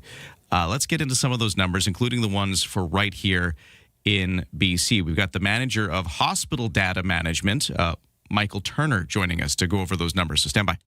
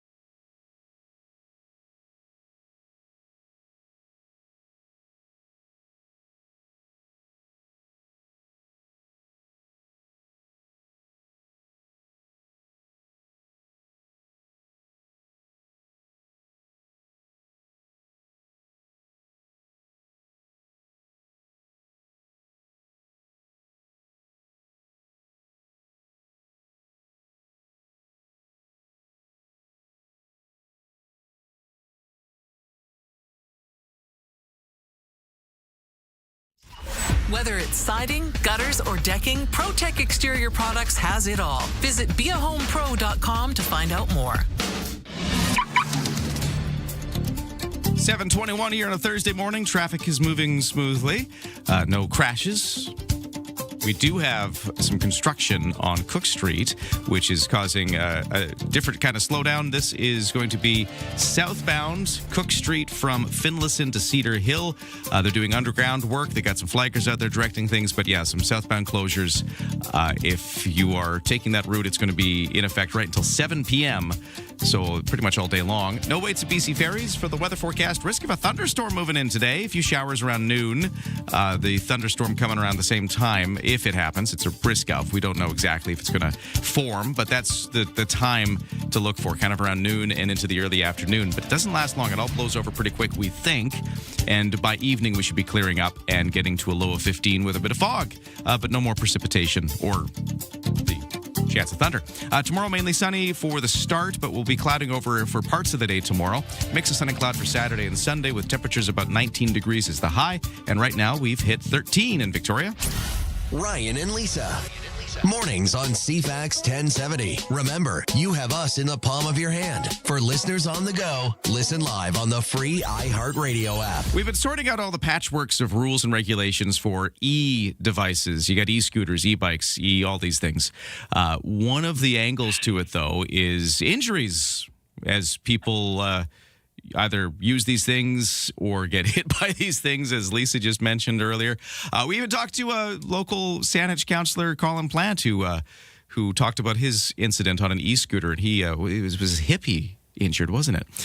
Anyways, here to talk about some data behind all of these anecdotal stories, I've got Michael Turner, Manager of Hospital Data Management at the Canadian Institute for Health Information, joining us on the line. Sir, how you doing? I'm very well. Thank you for having me. Yeah, so we've been having these conversations for a while on these airwaves and hearing all these anecdotal stories of injuries and mishaps. But you got some hard data here. What have you found when it comes to hospitalizations for both children and adults arising from the use of these devices? Yeah, we've looked at 4 years of hospital data between 2022 and March of this year. And we're looking specifically at falls from an e-scooter, and we saw just under a 40% increase in the past year. And just as importantly, this is the highest increase we've seen in the last 4 years, as well as it's trending up, meaning every year it's going up between 20 and 40%. We tend to see higher increases in males, children and youth, the bigger provinces. And therefore, it's very important to monitor these numbers and these outcomes. Are you able to look into the BC numbers a bit more specifically? Do they vary at all, or are they following the national trends? So BC actually was quite different from the national trends over the last few years. I'd say for 3 years in a row, BC numbers were pretty stable, but then this year it had the biggest jump in the country. We saw an over 100% increase in hospitalizations in BC. Wow. Now, I don't know if you have any reason for that. I mean, you see the numbers. Do you have any speculation as to why in BC there was that huge jump? It's difficult to say why exactly in BC, but we do know the increasing popularity of these devices. They're more accessible. The price is coming down. People are seeing more and more people on them, which is normalizing their use among many different age groups. So it's not surprising as more people are using them that sadly there'll be more hospitalizations as well. And when we talk about hospitalizations, what kind of injuries are being seen in those trips? So the most common injuries, I would say, is about 2 out of every 3 of these hospitalizations will involve a fracture, so some type of broken bone. But almost 1 in 5 will have an injury to the head or brain. So this is actually trending up, meaning it's increasing faster each year. And these tend to be very serious injuries because we're not just talking about going to an emergency department. We're talking about being admitted to a hospital for inpatient care, which usually denotes a level of seriousness. Wow. And I guess this is, I don't know if you want to weigh in on this, but it sounds like with these e-devices, you've got a bunch of different factors. I mean, if you're just riding a bicycle, chances are your speeds are limited. The bicycles don't weigh as much. There's all these, you can still hurt yourself on a bike, but it seems like things just get way worse once you add the power and the weight of an e-device. Yeah, definitely. The increases in it and the more seriousness of some of the injuries, it's showing that probably not just more people are using them, but potentially more risky behavior, such as higher speeds or maybe even motors that are much larger than are permitted by the pilot program.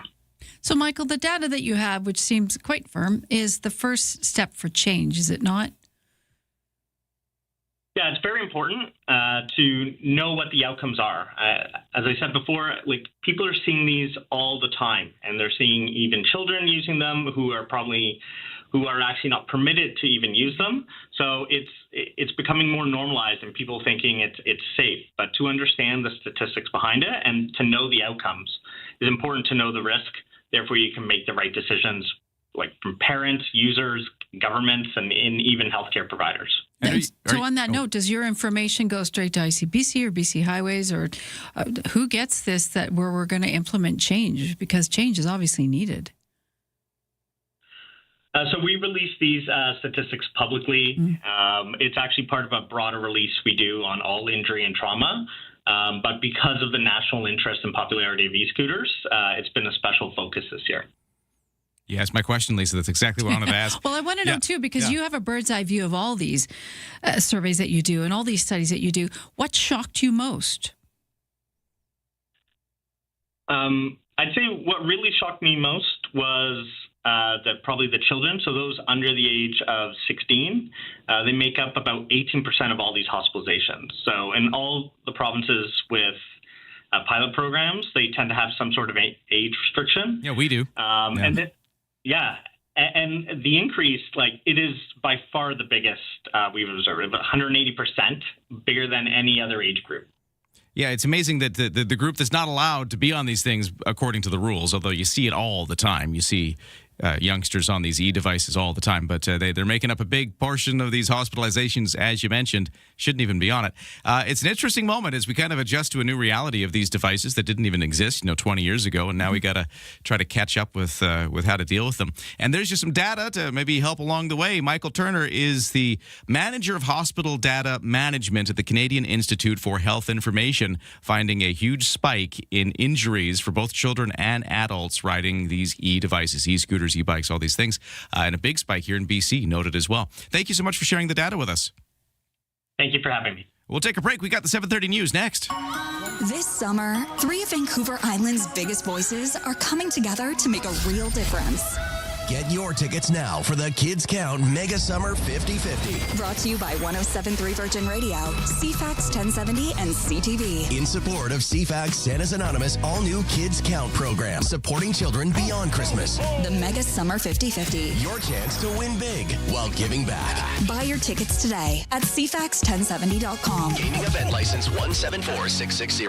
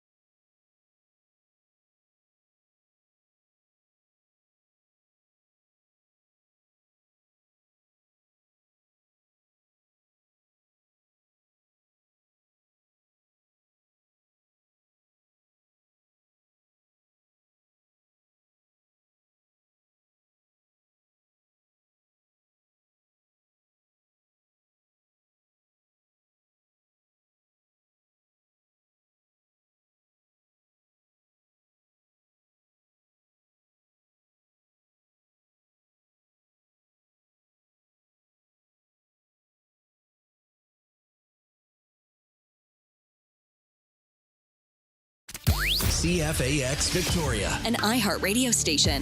If it's happening, it's here. CFAX 1070. Good morning. It's 7:31 on Thursday, August 27th. We got clouds rolling in, a risk of a thunderstorm by this afternoon. Full forecast in a moment.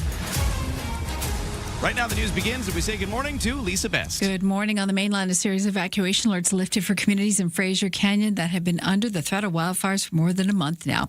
With improved conditions from the Brunswick complex fires, about 200 residents who were sent packing on July 16th are now allowed to go home. The order stayed in place for weeks until it was finally downgraded to an alert earlier this month. Both the Brunswick Creek and Ainsley Creek fires are still considered burning out of control. Together, those two fires have torched more than 700 kilometers of wilderness. The service says the hot, dry weather lingering across much of BC could cause lightning-caused holdover fires. They smolder undetected for days or weeks before hotter, drier, and windy conditions trigger them to become more active.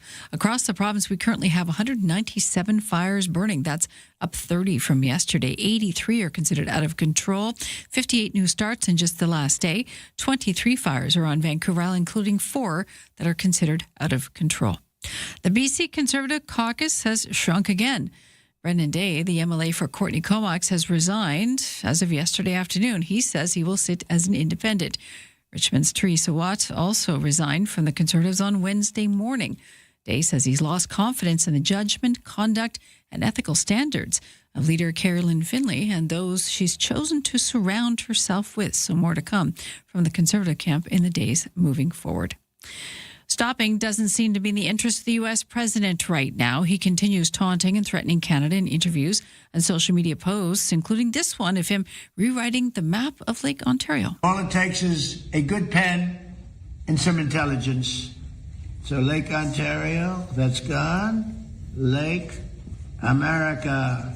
So now we have a lake, and now we have a gulf. Because we have the Gulf of America, and now we have Lake America.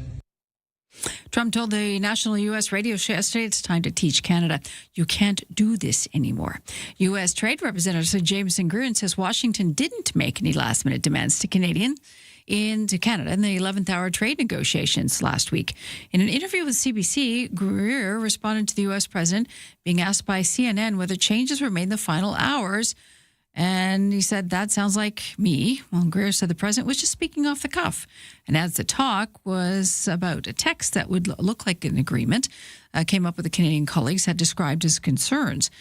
Canada U.S. Trade Minister Dominic LeBlanc revealed today that the U.S. confirmed that Canada's protections for language and culture won't be the subject of future trade actions. Stateside, a landmark settlement reached with Meta in a U.S. federal court in a trial centered around addressing social media addiction in young people. Instagram and Facebook will set daily 2-hour time limits. They will block the apps from midnight until 6 a.m. So you couldn't go on the apps during that time if you have a teen account. They will hide like counts. They will ban some beauty filters, really fundamentally changing how younger people will interact with these platforms.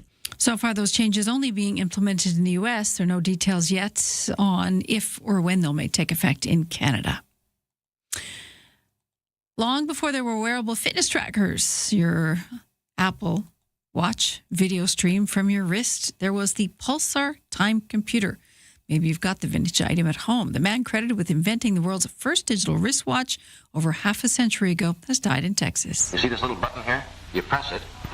Those are the seconds. The Pulsar was so revolutionary that it was introduced to the world on The Tonight Show with Johnny Carson on May 5th, 1970. The machine finally put Mickey Mouse out of work. James Bond wore one in Live and Let Die. Q has repaired your wristwatch. Thank you, Moneypenny. The Pulsar's inventor, George Thies, went on to develop a prototype electric car as the watch evolved into an industry now worth billions.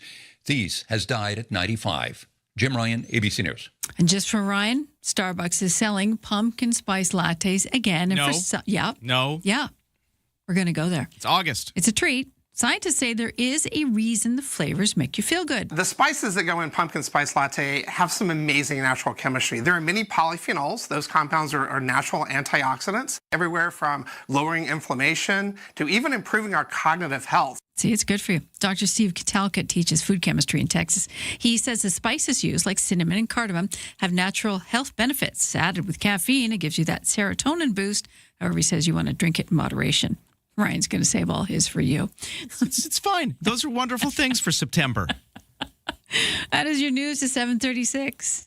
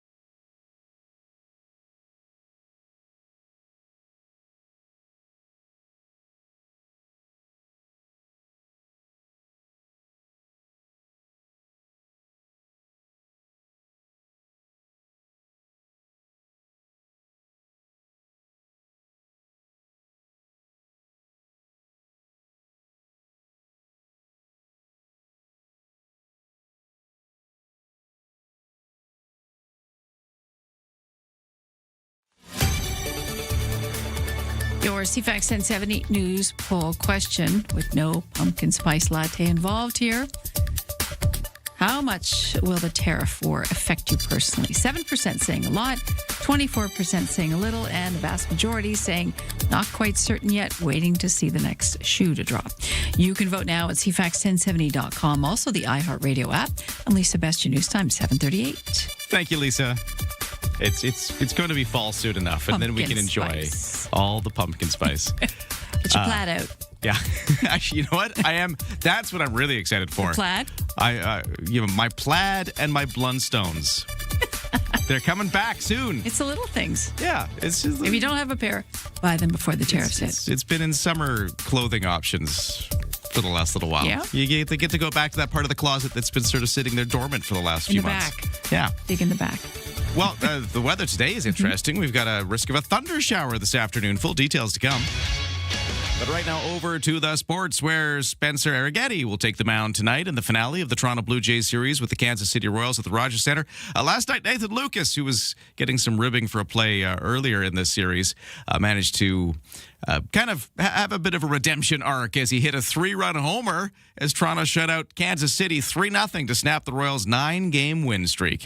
But at the Little League World Series, Canada couldn't quite do it again. They couldn't upset another baseball powerhouse because Japan eliminated Canada from the youth baseball tournament with a 7-3 win last night. Canada upset Panama 3-2 back on Monday, stunned South Korea 5-1 on Tuesday, but they couldn't do it again with Japan. Canada's Bianca Andreescu is still in the push to return to the U.S. Open. She is in the women's qualifying tournament later this afternoon. The 26-year-old from Ontario won the Grand Slam back in 2019, but had her career derailed by injuries ever since then. And Vancouver's Anna Huang, Calgary's Aphrodite Deng, and Brooke Henderson of Ontario are all in the field as the FM Championship tees off today. Huang and Deng both played their way into this LPGA Tour event after finishing in the top 10 at last week's Canadian Championship that was going on in Edmonton, the CPKC Women's Open. That's your CFAX Sports at 7:39.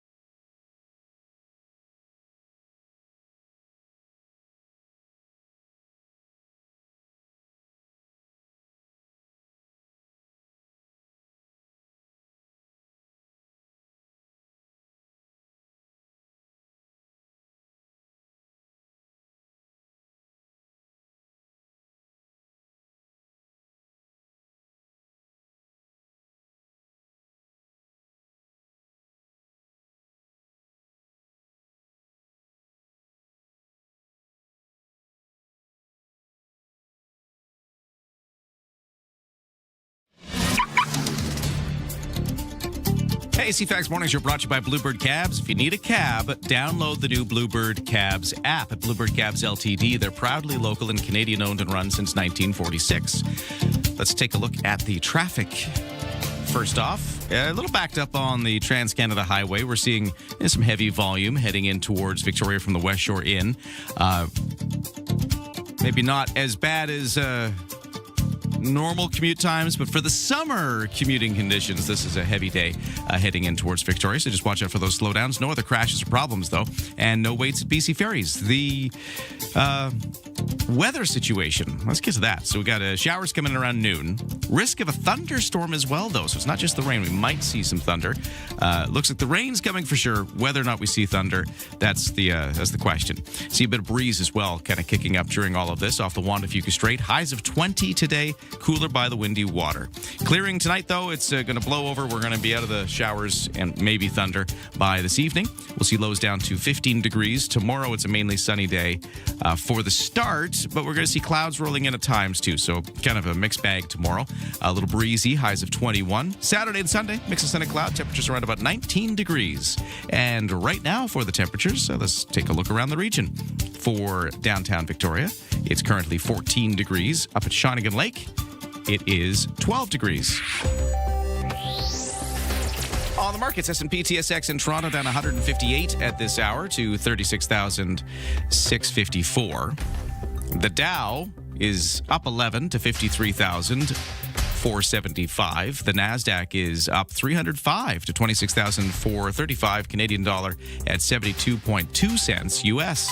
Ryan and Lisa, mornings on CFAX 1070. Oversleepers, catch all the highlights on the latest audio podcast at CFAX1070.com and on the free iHeartRadio app. If you miss anything on this program, you can find highlight clips in so many places. You can go to the iHeartRadio app and find, live streaming of CFAX Radio and so many other radio stations, but also find the highlight clips. You can go to our website, CFAX1070.com. You can subscribe to Ryan and Lisa, the podcast, on any of your favorite podcast services, or find us on YouTube.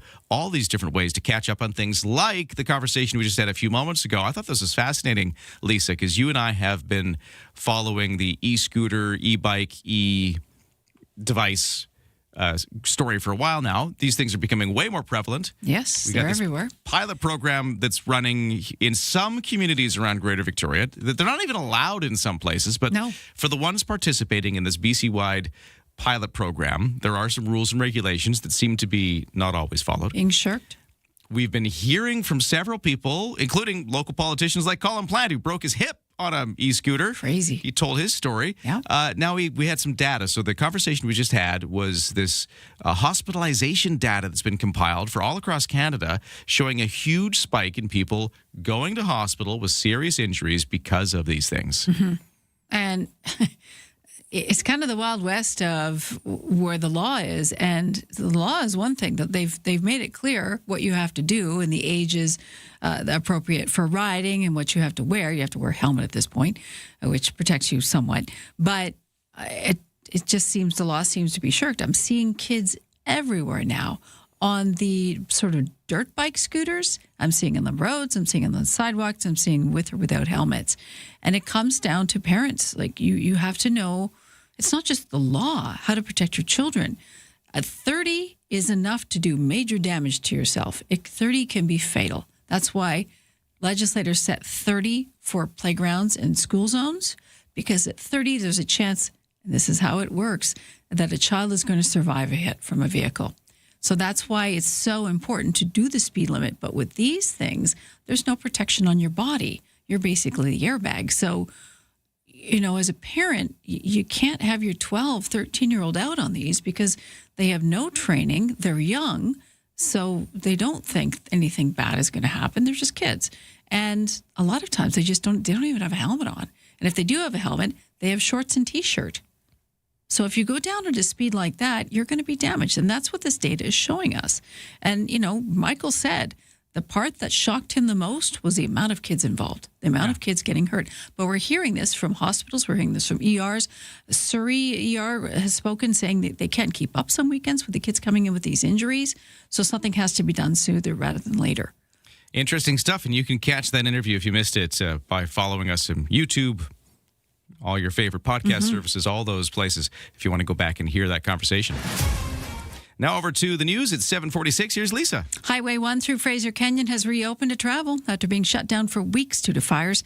The Ministry of Transportation and Transit says traffic will be controlled with single-lane alternating flow over 2-kilometer stretch from south of Alexandra Bridge to north of Alexandra Tunnel, so it's still going to be a squeeze. It says a pilot vehicle will escort traffic through the area, so travelers can expect delays for as long as 30 minutes between 8 and 6 daily. Highway 1's been closed since July 7th after wildfire activity from the Ainsley Creek and Brunswick fires threatened the area. We have 197 fires burning now across BC as of this morning. 21 of those are on Vancouver Island.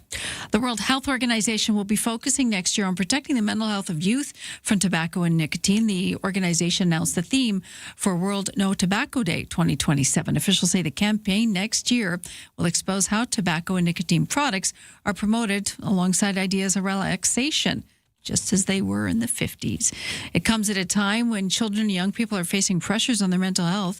The organization plans to raise awareness of the links between tobacco and nicotine use and addiction, especially in younger people. And speaking of younger people doing good things, we've heard from Sky. She's one of the 4 students leading Oak Bay High's Cops for Cancer fundraising campaign next month.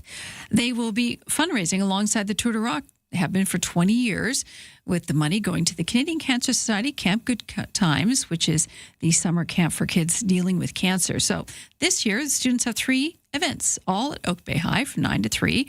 There's a car wash September 11th, a garage sale on the 18th, and a bottle drive on the 25th. Oak Bay High is getting close to $1 million raised for Cops for Cancer. Thanks to Sky for bringing this to our attention. That's your news to 748. Oh, that's so cool. And yeah, if you stack it all up year over year, the amount of money these high schools, like you just said, Oak Bay High as an example, the amount they've raised is just staggering. It's big. Well done, everybody. Yeah, good job. That's great. And thanks, Sky, for letting us know. I need to address something. Okay, you got the floor. I think this is the moment where I need to talk about how I am no longer the only Ryan Price. There can be only one. No, apparently. It's like Highlander, but different. Apparently, there is a character in a very popular TV series. It's about to have its season 2. Okay. And in its season 2, there is a Ryan Price. What? It's not you, though. It's not me. It's not you. It's not me, despite the fact that I'm getting a lot of tags on my social media all of a sudden. Is someone portraying you? No. See, that's the thing. It's not me. Yeah. I'm listening. It's not me. It's not somebody playing me, but it's my name. And where it's showing up is very interesting and kind of fun. So we're going to explain why I'm not the only Ryan Price anymore. Well, we're curious in now. just a moment. So stand by. We'll do that right after traffic and weather. Where the noise stops and the conversation begins. Hey, it's Friday. Welcome to the Graham Richardson Show. The stories that shaped your week aren't just headlines. They are the moments we live through and the decisions that change what comes next. Let's take a closer look at that together. It's national conversations. From major policy shifts to the fun, unexpected trends and friends everyone will be talking about. It is intelligent, unpredictable, and completely Canadian. Stay informed. Stay ahead. The Graham Richardson Show. Friday morning at 9 a.m. right here on CFAX 1070.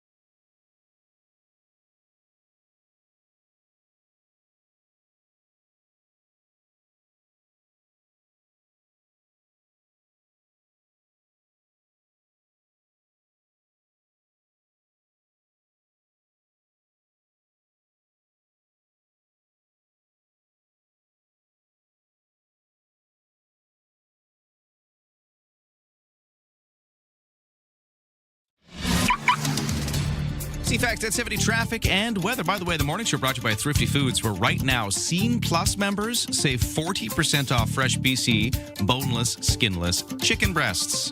Offer ends Wednesday. On the roads, still no crashes or incidents. We do have some road work, though, causing trouble on Cook Street. So this is just from 7 in the morning, which is... It's already started, to 7 p.m., a full southbound closure between Finlayson and Cedar Hill. So if you're heading down Cook Street, you're going to hit a delay there right up until 7 p.m. But otherwise, other than some fairly heavy volume commuting from the West Shore into Victoria, there are no major problems. For BC ferries, no sailing waits, and for the weather, you got the risk of a thunderstorm coming this afternoon. A few showers as well coming with that this afternoon. It doesn't last too long. Once we get into the evening, it should be clearing up, other than some fog developing. Temperature-wise, highs at 20 today. Could be a little cooler by the windy one to Fuca Strait. Lows to 15 overnight. And then tomorrow, like I said, we're clearing out of the rain that we're going to experience midday, and it's going to be for the rest of the day tomorrow, kind of a mix of sun and cloud. Highs of 21 Saturday and Sunday, both a mix of sun and cloud. Temperatures around 19 degrees, and right now in Victoria, it is 13. Ryan and Lisa are ready when you are. Good morning. Day or night, find the highlights under latest audio at CFAX1070.com and on the free iHeartRadio app. Okay, you know the show Heated Rivalry, which you can find on Crave. It made a big sensation when it dropped. The show about gay hockey players. Now, season 2 of Heated Rivalry is in the works, and it might be a problem for me personally because, well, I might not be the best person to explain this. So from across the hall at our sister station, 107.3 Virgin Radio, Bailey, morning show host, traipsing over here for a second to help me out with this story. Bailey, thank you so much for being here. Of course, always happy to talk about Heated Rivalry. You love Heated Rivalry. In fact, you and 107.3 Virgin Radio, you guys did the stickers. Yes. Remember when one of the actors, Hudson Williams, who's in... The seasons, yes. He plays Shane Hollander. And he's the guy who came to Victoria, called us boring. Dead AF, full of old people. And so you guys made all the bumper stickers. I think that's probably the last time we talked to you on CFAX here. Probably. Was for that, yeah. And we've got new news about Heated Rivalry that also has an island connection and a connection right here in the office. To me. So you sent this to me.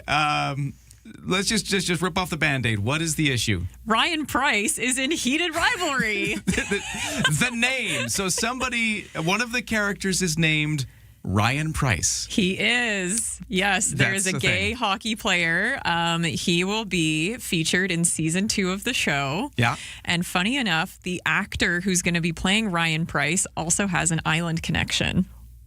He's from Vancouver Island, right? He's from Vancouver Island. Daniel Deemer is his name. He's from Brentwood Bay. He's a Camosun grad. He's been cast to play Ryan Price in season 2 of Heated Rivalry. How do you feel about that? I feel like there's a striking resemblance between the two of you. Obviously. Obviously. Don't I look like a buff same hockey physique, player? Yeah, exactly you know, the same. and give or take the same age for sure. Yeah. You're still 30 years old, right? Precisely. A 30-year-old buff hockey player. If you right are here in the building. This is the problem of the TV cameras here. If you're watching the CTV feed, but that's a different story.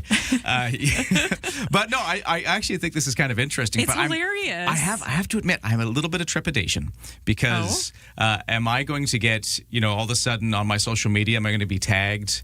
Potentially. Thinking I'm the wrong one. All these people like hashtagging Ryan Price, and they're going to be showing up in my feed. Oh, or even just people Googling Ryan Price. We'll have to see what your SEO is. Yeah. That would be funny if we can get you to the top of the Google analytics. Get a little plug in there for CFAX. I wonder if I'll start showing up in people's Google searches by accident. Probably. Yeah. There's a chance. That is just so funny. The fact that it's Ryan Price, verbatim, same spelling, everything. Everything, yeah. It makes me wonder if the author of the series might be a secret CFAX fan. I wonder. She is in Halifax, but she could be listening on the iHeartRadio app. That's true, yeah, because you can catch radio stations all across the country on the iHeartRadio app. So Heated Rivalry, again, back to this phenomenon. People encountered it as a TV show when it really made waves when it first debuted, but it is based on novels written by a Canadian author. That already had a really avid fan base for several years. Yeah. So yes, Rachel Reed is her name. She is a Halifax author. She's still based in Canada. She made this series. She was contacted by Jacob Tierney. You know him from Letterkenny and Shoresy. He was a fan of the books, contacted her to make the TV adaptation of this, and the rest is history. And you can already stream season 1 on Crave. Now, since the books already exist, You've read them, I'm assuming. I have read a good chunk of them. There are 6. So they're hard to get through, and especially if you're trying to get like a digital copy or anything from your library, hard to get your hands on. Everyone's trying to read these books. But since you've read a bit of them, because obviously season 2 hasn't come out as a TV show, but you've seen them. So tell me a bit about Ryan Price. Ryan Price is... I want to know what I'm in for. I don't know the proper hockey term. He's like a bruiser. Okay. He's a goon. Yeah, okay. He's a goon. Okay. So he like bounces around from team to team. He has a hard time making friends. Yeah. He's really awkward. A whole storyline is about his anxiety as a hockey player. And of course, he's gay. Yeah. So that's also one of the main storylines about him coming out and him meeting his boyfriend.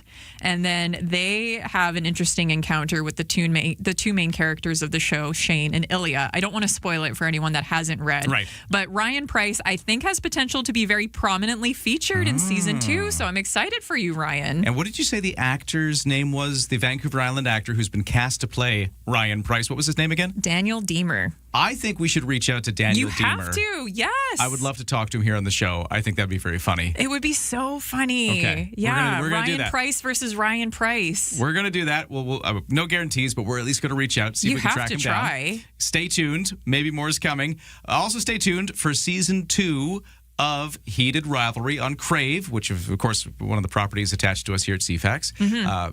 Do you know when it's coming out? Spring of next year. Spring of next year. They're currently in production. That's why all this casting news is coming out. Okay. But yeah, early spring next year is when they've said it will be dropping on the platform. I'm so glad we have Bailey, our resident Heated Rivalry expert. What an honor to have that title. To come in and explain all this to me. And I'm so glad you sent me that email yesterday. Like, Ryan, you got to do something with this. It's just so funny. Of all the names, Ryan Price, you're going to be famous. Yeah, in a whole new way. I love it. Thank you, Bailey. No problem, Ryan. Anytime. There you go. Even this morning, I'm getting all these people tagging me on Instagram about it. We'll take a break. We got the 8 o'clock news with Lisa next, and much more to come after that.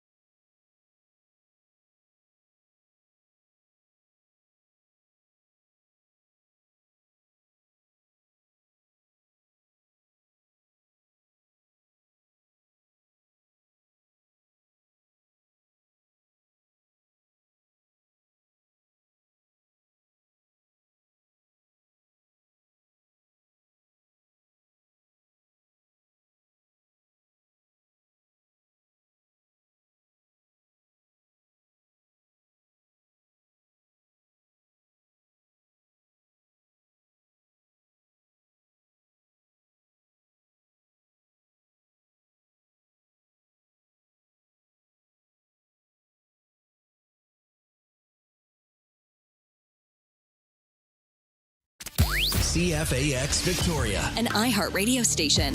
If it's happening, It's here. CFAX 1070. Good morning. It's 8 o'clock on Thursday, August 27th, with some showers rolling in, maybe even a thunder shower. We've got a risk of that in our forecast, and the details are coming. Right now, news time. Here's Lisa Best. Good morning. Ahead of Canada's counter tariffs that are set to take effect in the U.S. after Labor Day, both sides appear nowhere closer to potentially getting back to the negotiating table. If anything, things are ramping up. The U.S. president spent much of yesterday lobbing more threats our way on social media and through interviews. CTV's Michael Couture has the latest developments. They are one of the worst countries in the world to deal with. It's time to teach Canada you can't do this anymore. Ontario Premier Doug Ford is continuing to attract anger from Americans for the failure of the deal. Apparently, Ford was like the devil in Carney's ears, don't do this, don't do this. Ford denies that. In Calgary today, Industry Minister Melanie Joly highlighted the $28 billion worth of countermeasures. We had many cards in our hand. And of course, we have many hands to play. Meantime, following industry feedback in the past few days, the federal government has tweaked its intended tariffs. Late Wednesday evening, Finance Canada issued a statement saying it had been receiving feedback from Canadian industries and is making some adjustments to the list of counter tariffs. Canada's response was spelled out on Tuesday, including doubling tariffs on American steel and aluminum products to 50% and imposing tariffs ranging from 15 to 50% on hundreds of other U.S. exports, including clothing and apparel, appliances, and dairy products. Now, Finance Canada says to protect against broader economic harm, seafood and fish products have been removed from the list, but no further details were released. Naira Ahmed, The Canadian Press. The federal internal trade minister says the U.S. has confirmed that Canada's protection of languages and culture won't be the subject of future trade actions. A desperate search for survivors following that catastrophic flooding in Nepal. Hundreds are still missing, including 24 Canadians. There's an urgent search and rescue operation now underway to find people trapped or swept away.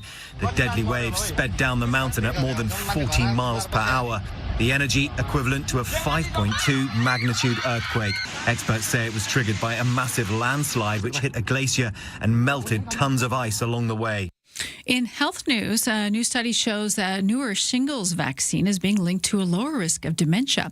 Researchers at Brown University found older people who took the Shingrix shingles vaccine have a 24% lower risk of being diagnosed with dementia over a 4-year period.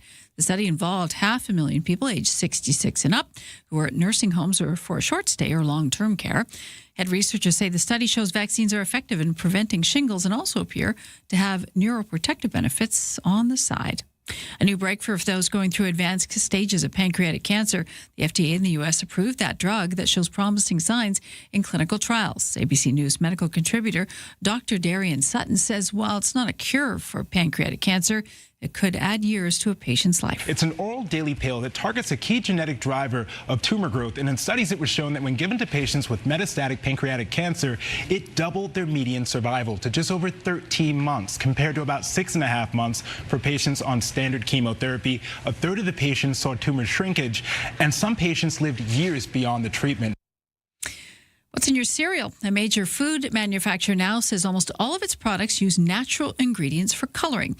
ABC's Sherry Preston tells us that includes the sugary breakfast cereal. General Mills has announced that all of its cereals in the United States, including Trix and Lucky Charms, are now made without artificial colors. And by the end of next year, the company says 100% of its products, including fruit snacks and baking products, will be made with natural dyes. Currently, about 90% of General Mills products are made without those artificial colors. And in Souk, a new commemorative crosswalk donated by Victoria Contracting now graces the entrance to the Royal Canadian Legion Branch 54 on Eustache Road. The crosswalk features red maple leaves and the silhouette of a service member standing with 2 children, accompanied by the words, "In honor of those who served and sacrificed." Mayor of the community, Maya Tate, says a crosswalk is a wonderful celebration for Souk's Legion's 100 years of service to veterans and the wider community. That's your news to 8:05.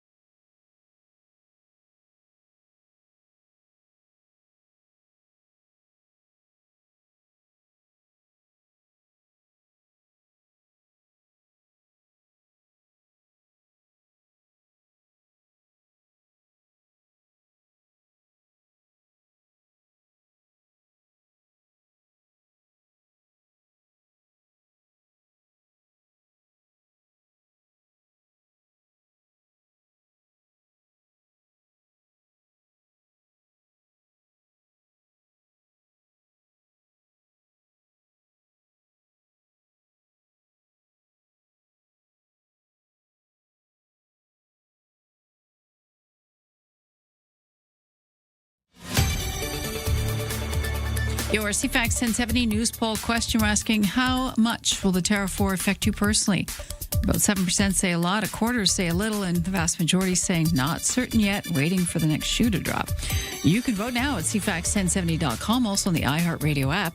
I'm Lisa Bastian, News Times 8:06. Thanks, Lisa. We've got showers, even a risk of a thunder shower coming at us this afternoon. I'll get you a full forecast in just a moment. Right now, over to the sports. And hey, this is really cool.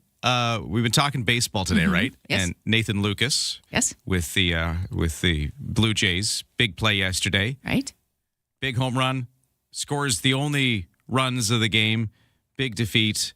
Anyways, emails came in from Jim Swanson with the Harbor Cats, of course. He's just mentioning to me, and I think this is a really cool thing to bring up, that Nathan Lucas, of course, used to be a Harbor Cat. Well, that's a fine connection. Yeah. So Jim Swanson's saying he was our player of the year one year even, drafted from us after that. We're so proud of him. And he says that it's just one of the 5 current and legit guys from the Harbor Cats who've gone on to the major leagues. That's so this And so here's this is cool. He says that later today, the Harbor Cats are going to announce that they've had another player signed to the Milwaukee Brewers. Really? Yeah, so details to come. That's just sort of a sneak peek that's coming. But that's why we watch the Harbor Cats. Yeah, so hey, Jim Swanson, thank you for letting us know, giving us that tip about the coming news about the Brewers. And yeah, good reminder that that Lucas was once a Harbor Cat a few years back. And let's talk about him, because he hit that 3-run home run in the 4th inning. Proved to be the only offense in Toronto's 3-0 win over Kansas City, snapped Kansas City's winning streak. Now, just the game before that, he was getting a bit of a ribbing for some missed plays that were attributed with costing the Jays the game. So kind of nice that he could have his redemption arc. Felt good. There were a few guys that came up to me and said that I was going to come up big tonight just to make up for what happened. But I guess you can't screw up base running if you just hit the ball over the fence. So it's great. That's my favorite clip of the day for sure. Like, it's just have a home run. It was that simple the whole time. All I needed to do was just hit homers. Solves all the problems. Well, it's simple. It's that simple. It's the getting there that's a bit of a challenge. It's a sound strategy. It's the execution that I guess sometimes doesn't go your way. Anyways, the other thing in baseball that's cool, well, maybe not cool, but it was neat that they got this far. Little League World Series, Canada has been eliminated. That's the not cool part. Japan defeated our Canadian youth team 7-3 last night, but it's cool that Canada made it that far. They upset Panama back on Monday 3-2, stunned South Korea on Tuesday 5-1, setting up that elimination game with Japan. So neat to see them go that far. That's the cool part. And that is your CFAX Sports to 8:09.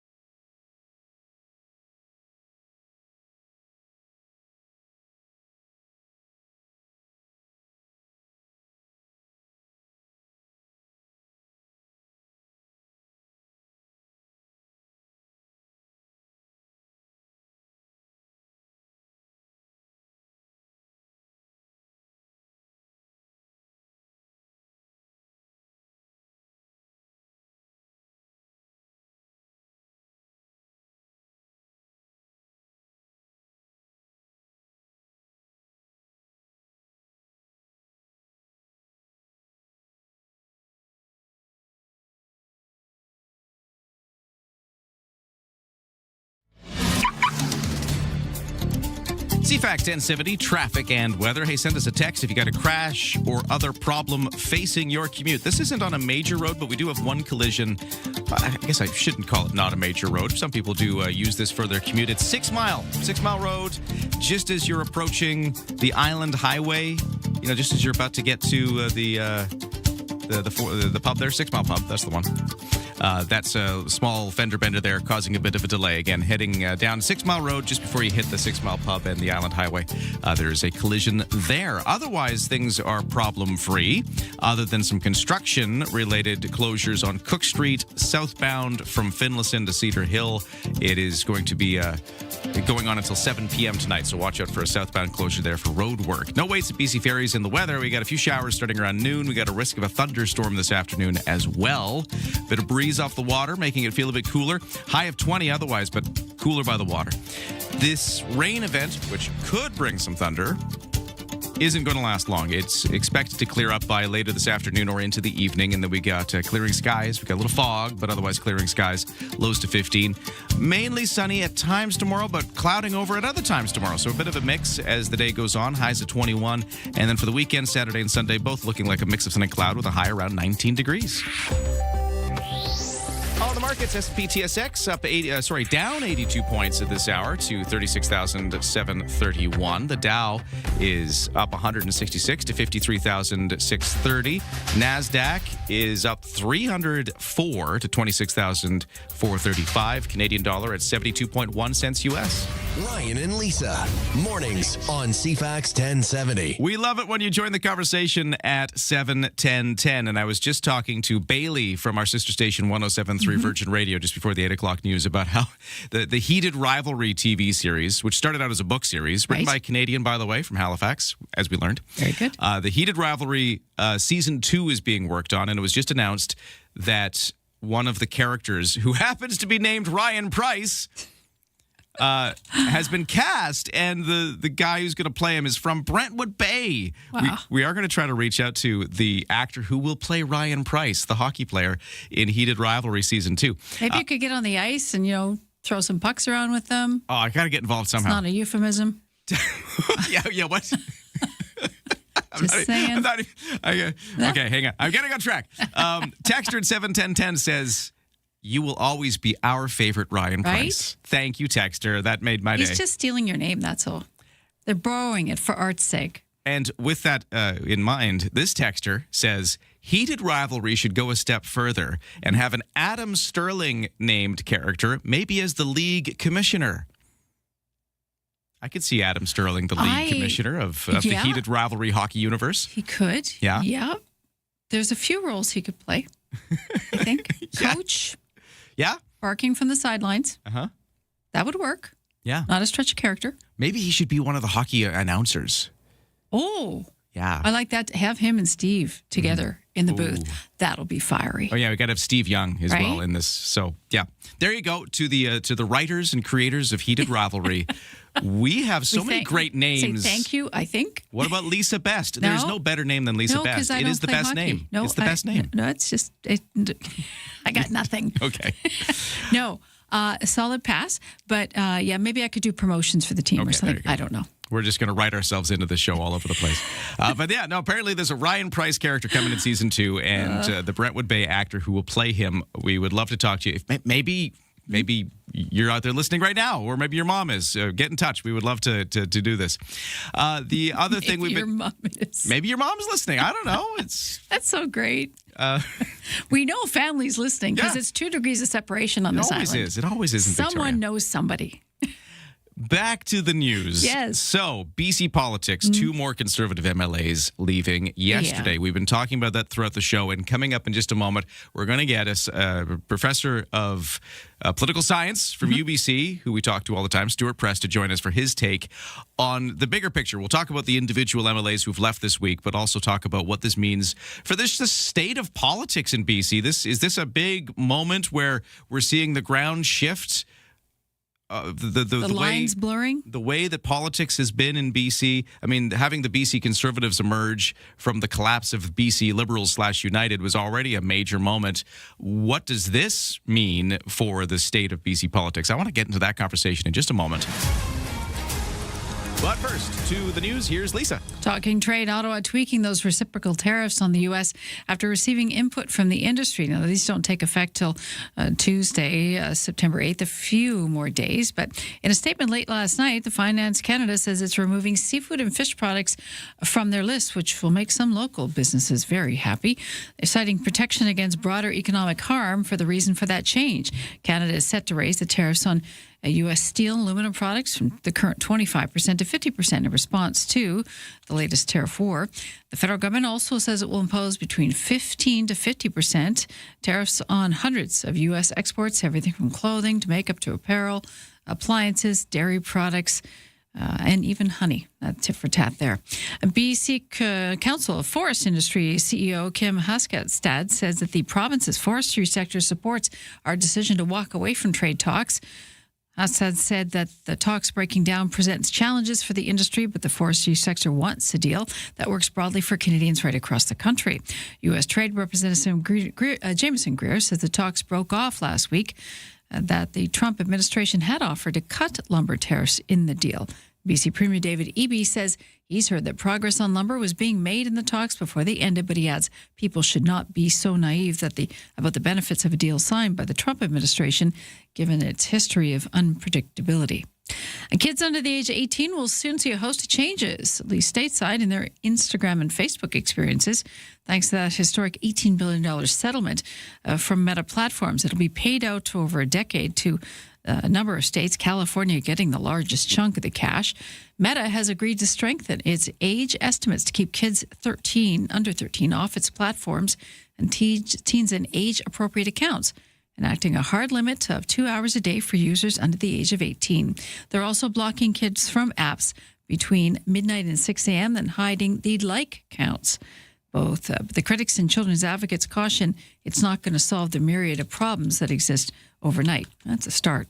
That's your news to 8:17. All right, more BC politics analysis from UBC political science lecturer Stuart Press next.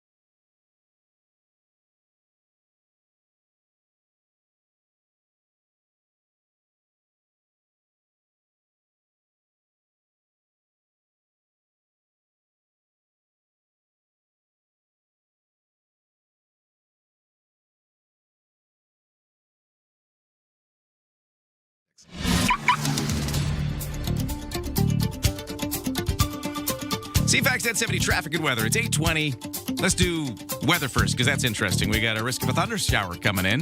So you can see the clouds coming in right now. Some showers with those clouds for around about noon is when we're thinking we could see some showers, but there's a risk of a thunderstorm with it. So watch out for that. Highs of 20 otherwise, a little cooler by the water. It all clears up by this evening. We'll see maybe some fog developing, but otherwise clearing skies and lows to 15. Right now, the temperature in Victoria is 14 at the airport.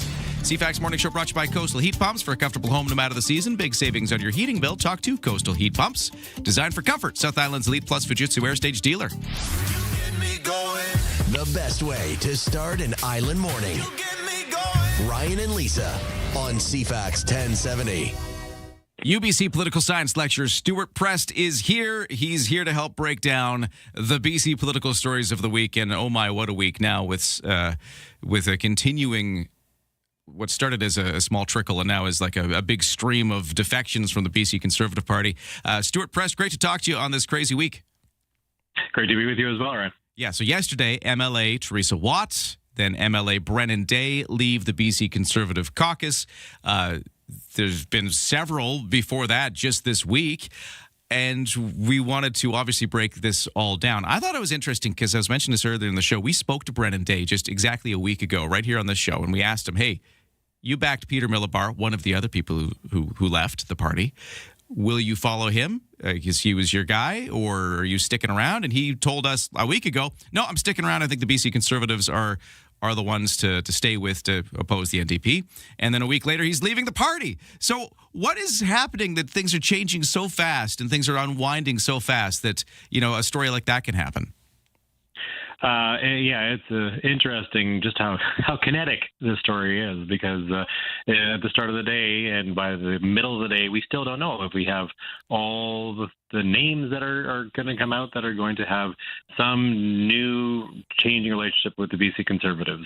So we had, by my count now, something like a dozen MLAs who started as Conservatives who are in some way changing their relationship, either leaving the party or resigning to give Ms. Finley a seat to run, or facing criminal charges. This is a party that has lost more than a quarter of its membership since the election in 2024. It's just a remarkable story and seems to be picking up the speed. So it seems like what we heard over the summer it is now bearing fruit. The decisions that Ms. Finley was making as the new leader of the Conservatives, taking this very strong approach, really pushing the party even further to the right, surrounding herself with a group of loyalists, some of whom had questionable ties, even by Conservative standards, with regard to things like Alberta separatism. Right, he was bringing these far-out ideas into the fold and really not doing anything to reach across the aisle and try to build bridges with her former opponents in the leadership campaign and the factions they represent. And now we see people are just having enough and walking away. I had a text earlier today which really got me thinking, and I'll just paraphrase it here. It was basically a text along the lines of, what do you expect? If you got a bunch of liberals in your party and you've got a real conservative finally elected to this party, of course we're going to see some cleaning of the house, was what the text was kind of saying. I paraphrased it to that. And that really got me thinking, because, yes, that does kind of make sense here. It seems like, that kind of looks like what's happening. She was elected on the further right side of the party. This is the BC Conservatives that all of these, former Liberals / BC United members joined into and maybe don't fit into that. So on that take, I kind of understood what the texter was saying, that this is, obviously this is what's happening. But at the same time, in BC, going back decades, going back to the Bill Vander Zalm and the Social Credit and Gordon Campbell and the BC Liberals and all of these different iterations, there's always been in BC, it seems like our natural state of being is to have a big free market coalition party that just brings all of the people to the right of center together, from federal liberal aligned people to federal conservative aligned people. They all get together with the goal of beating the NDP and keeping the socialists out. That seems to, I'm being a bit glib here, but that seems to be what BC politics tends to feature. We're seeing that obviously fracture with the BC Conservatives right now. That big tent is struggling to hold together. And here's my question for you, Stuart Prest. Are we seeing a major shift in BC politics where maybe we see those sides fracture and we'll get different parties? We'll have the BC Conservatives and maybe some other center party now form, and we'll see the NDP still being what they are? Or do you think instead we will somehow find our way back to the natural BC equilibrium, which is some kind of center-right party that might emerge out of all of this? Where do we go from here, Stuart Prest? What is this moment?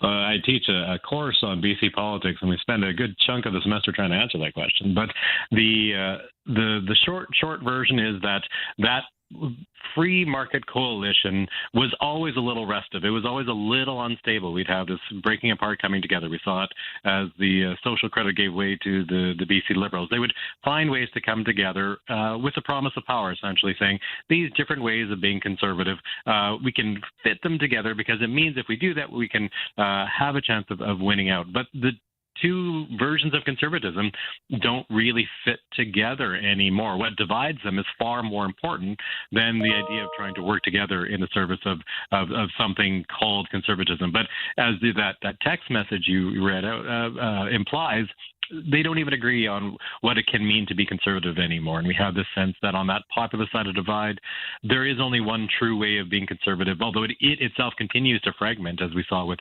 One BC. And so that's a recipe for uncertainty and a certain amount of dysfunction if you're always looking to purify your brand as opposed to build a larger tent.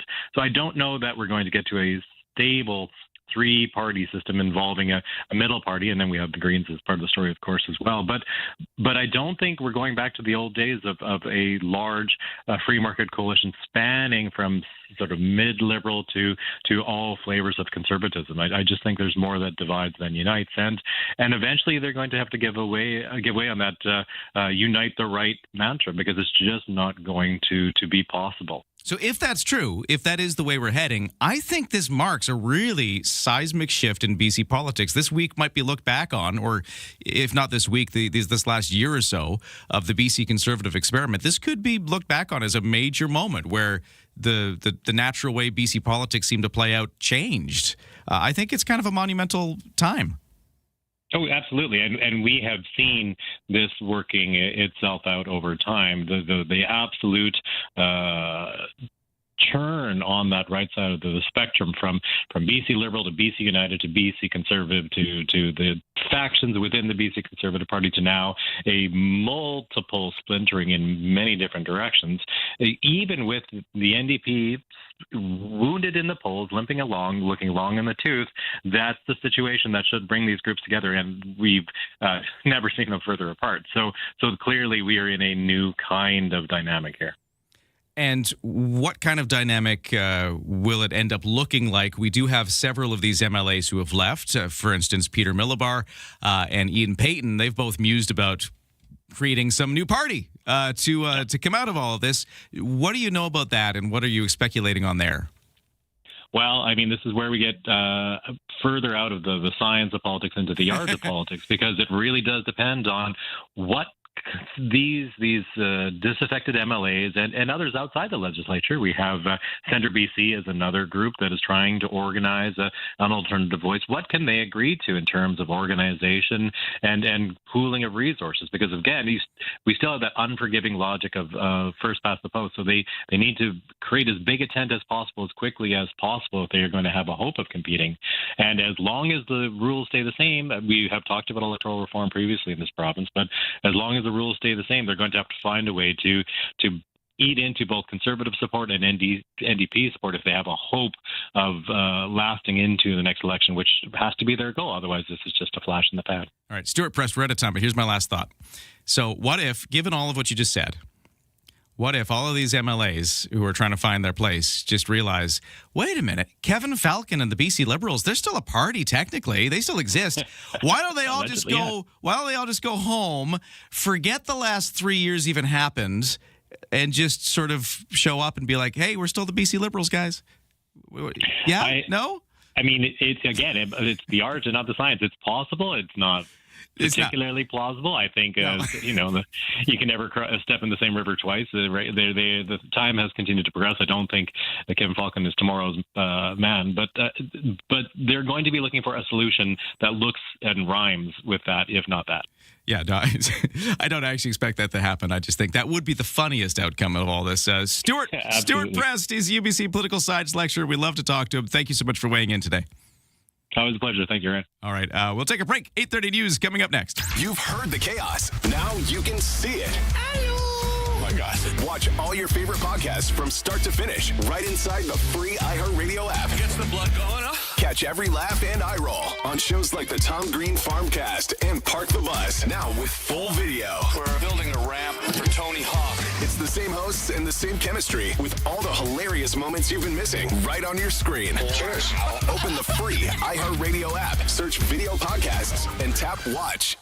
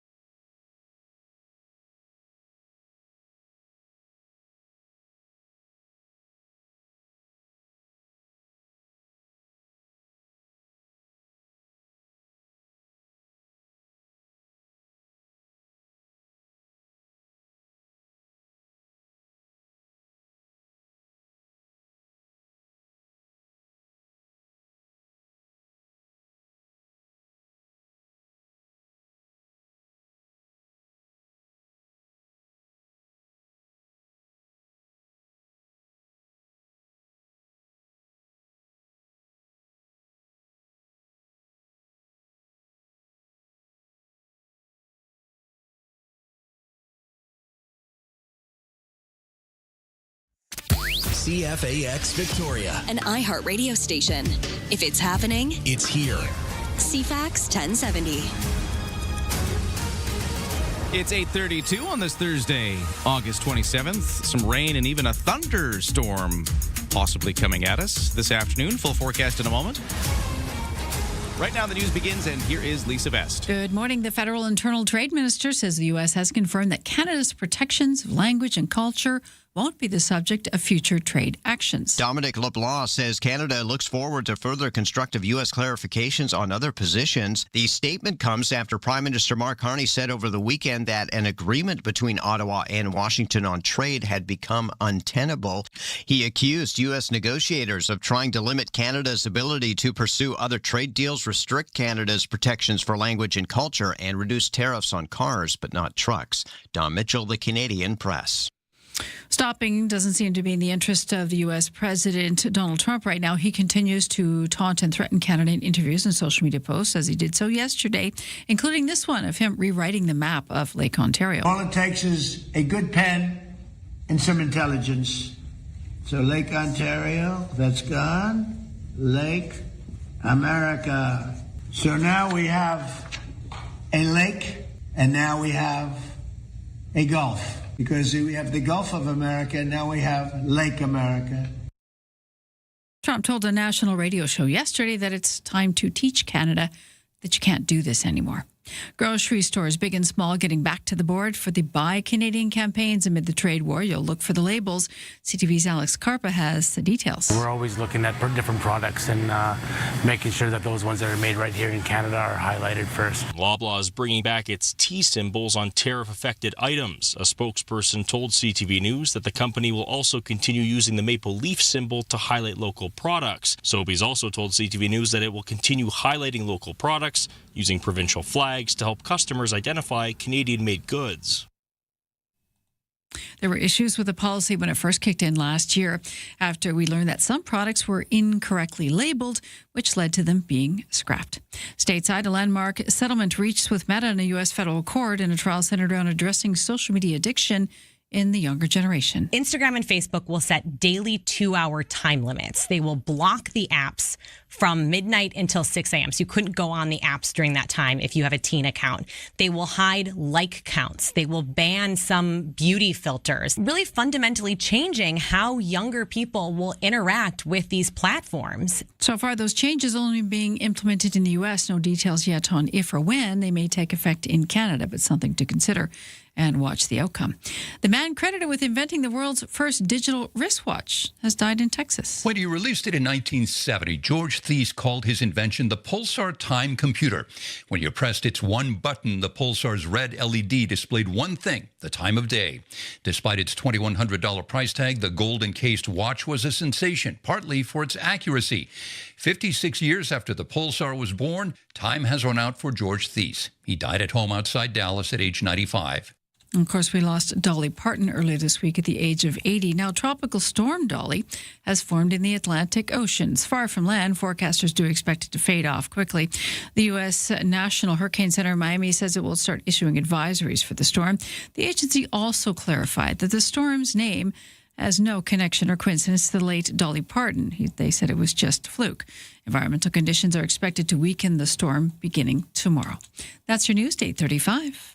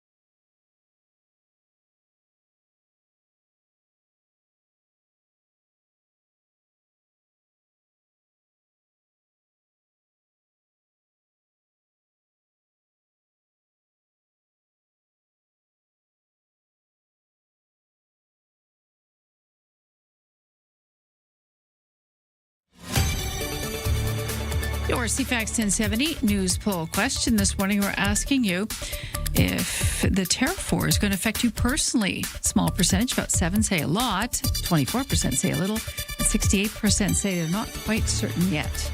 Days to come. You can vote now at CFAX1070.com, also the iHeartRadio app. I'm Lisa Best. Your news time is 8:37. Thank you, Lisa. We are looking at a potential thunder shower later this afternoon. That's just a risk. There will be some showers. That bit we're pretty sure about, and we'll get you the full forecast in just a moment. First, though, over to the sports, where the Toronto Blue Jays with a big win yesterday, defeating the Kansas City Royals 3-0. That snaps the Royals' 9-game win streak, and another win for the Jays as they try to scrape themselves into that wild card spot. We were mentioning that Nathan Lucas hit a 3-run homer in yesterday's effort, and I will just mention this again. Fun email that came in from Jim Swanson with the Victoria HarborCast, just reminding us that Nathan Lucas, of course, used to be a HarborCat alumni, and they were mentioning that later today there'll be a HarborCat announcement about another one of their players getting signed up to the major leagues, to the Milwaukee Brewers. Who is it? Well, that announcement is coming, but that was kind of a fun little reminder there about Nathan Lucas. Over to the other baseball story we're following at the Little League World Series, Canada losing to Japan yesterday, 7-3, and with that, Japan eliminates Canada from the youth baseball tournament. But great ride for the Canadians. They upset Panama 3-2 on Monday and then stunned South Korea 5-1 on Tuesday, setting up that elimination match with Japan. Vancouver's Anna Huang, Calgary's Aphrodite Dang, and Brooke Henderson of Ontario are all in the field as the FM Championship tees off today. Huang and Dang played their way into the LPGA Tour event after finishing in the top 10 last week at the CPKC Women's Open, which is the Canadian Championship that was held in Edmonton. And also in sports to tennis, Canadian Bianca Andreescu pushing to return to the U.S. Open with a women's qualifying play going on today. The 26-year-old from Mississauga won a Grand Slam back in 2019, but has had her career derailed by injuries ever since then and is looking to try to get back into it with this game today. And that's just CFAX Sports to 8:39.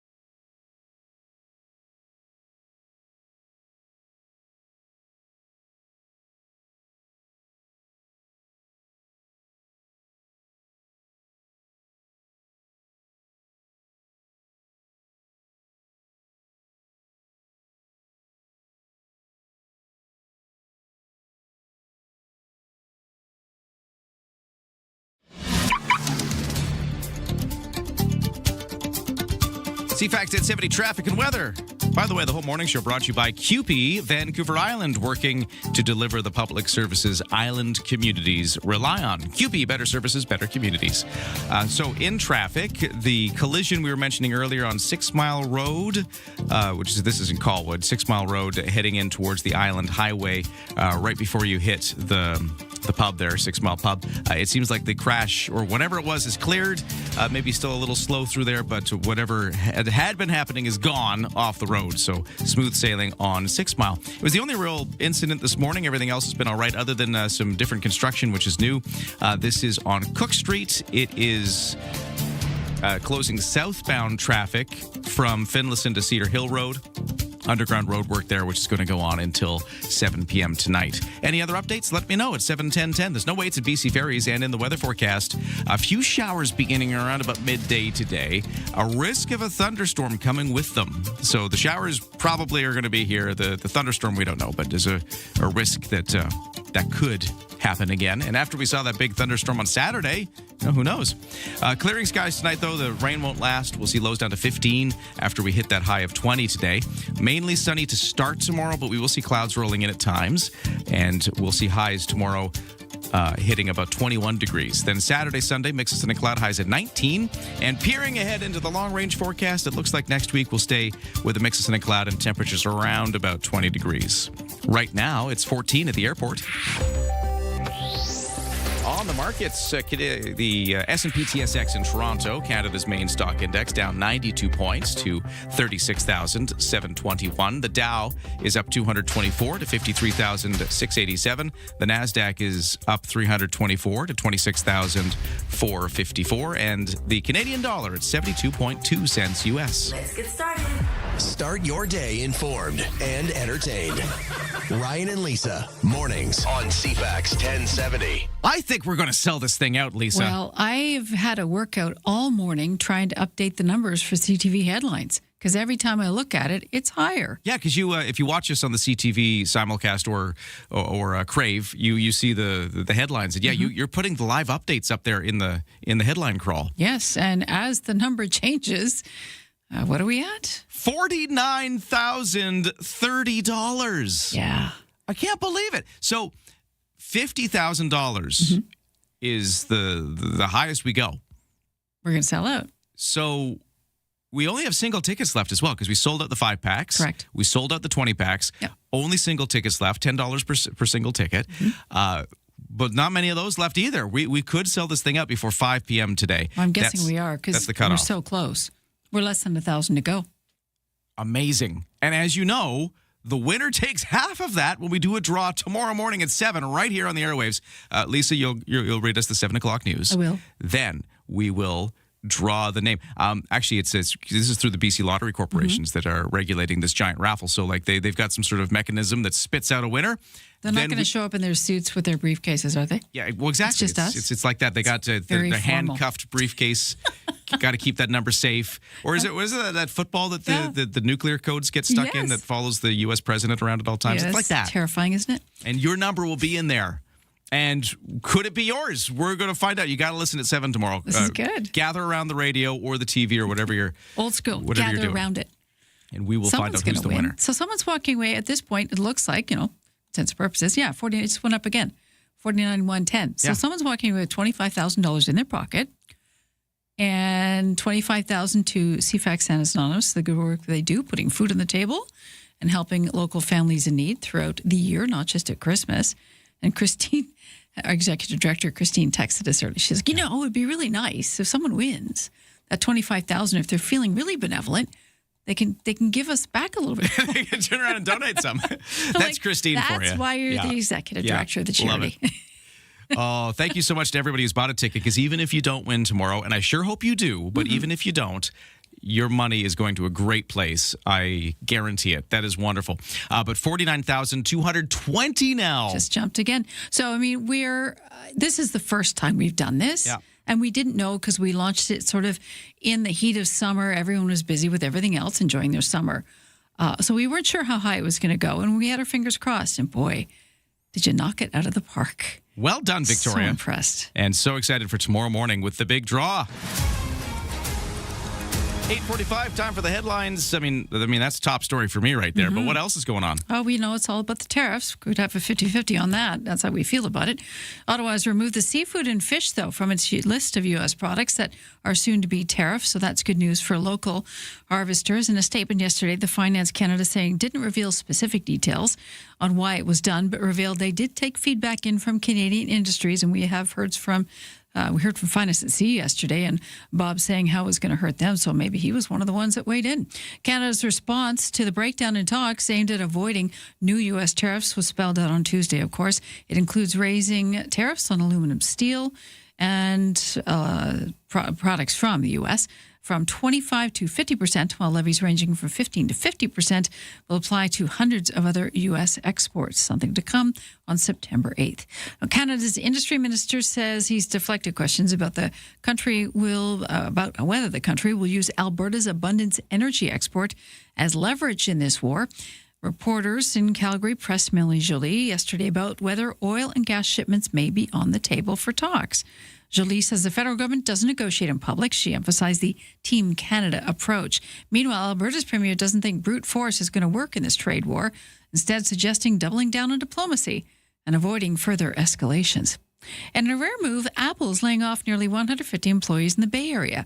Most of the cuts are at its Cupertino headquarters. Many of the roles were in software engineering and machine learning. Bloomberg reports the affected teams were across Apple's Vision Pro and Siri digital assistant projects. Last year, Apple halted development of its Vision Pro headset to focus on smart glasses to rival Meta's Ray-Ban products. It's the latest tech giant to reduce staffing during the AI boom. That's your headline news to 8:47. Coming up next, the BC SPCA is launching a new Animal Behavioral Center. Super cool. In North Cowichan. But I've got a simple question. What is an Animal Behavioral Center? They're all anxious now. So they're trying to get them settled so they can go to their forever homes. Yeah, that's true. I guess that's probably what it is. Yeah. We're going to find out more from the manager of this center. We'll find out what it is, what they do, and you know what kind of deal this is for the island. We're going to get more from the manager next. Turn up the summer vibes with Blackfly and CFAX 1070's Beachside Giveaway. We're hooking you up with the ultimate day in the sun package. Includes a backpack cooler, magnetic Bluetooth speaker, beach blanket, plus tank tops and sunglasses to keep you looking cool. Listen to Afternoons with Josh and Jade on CFAX 1070 every Friday for your chance to win. Details at CFAX1070.com. Must be 18 plus. Blackfly, Canadian born, Canadian owned, Canadian made. Blackfly makes it easy to find your flavor.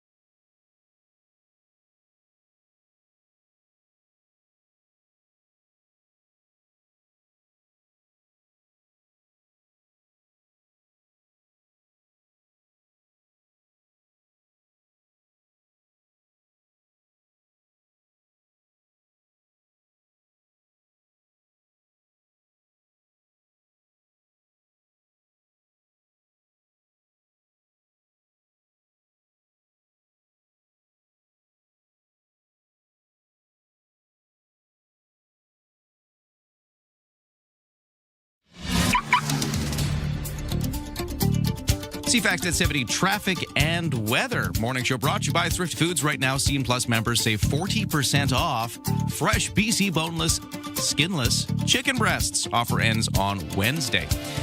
We have a report of a collision at Finlayson near Cook Street, right near the intersection there. I don't know if it's causing major trouble, but if you're traveling Cook Street, Finlayson area, watch out for that. And oddly enough, that is right around where there is some road work as well. I don't know if there's any connection here, but City of Victoria crews working on Cook Street underground work from Finlayson to Cedar Hill.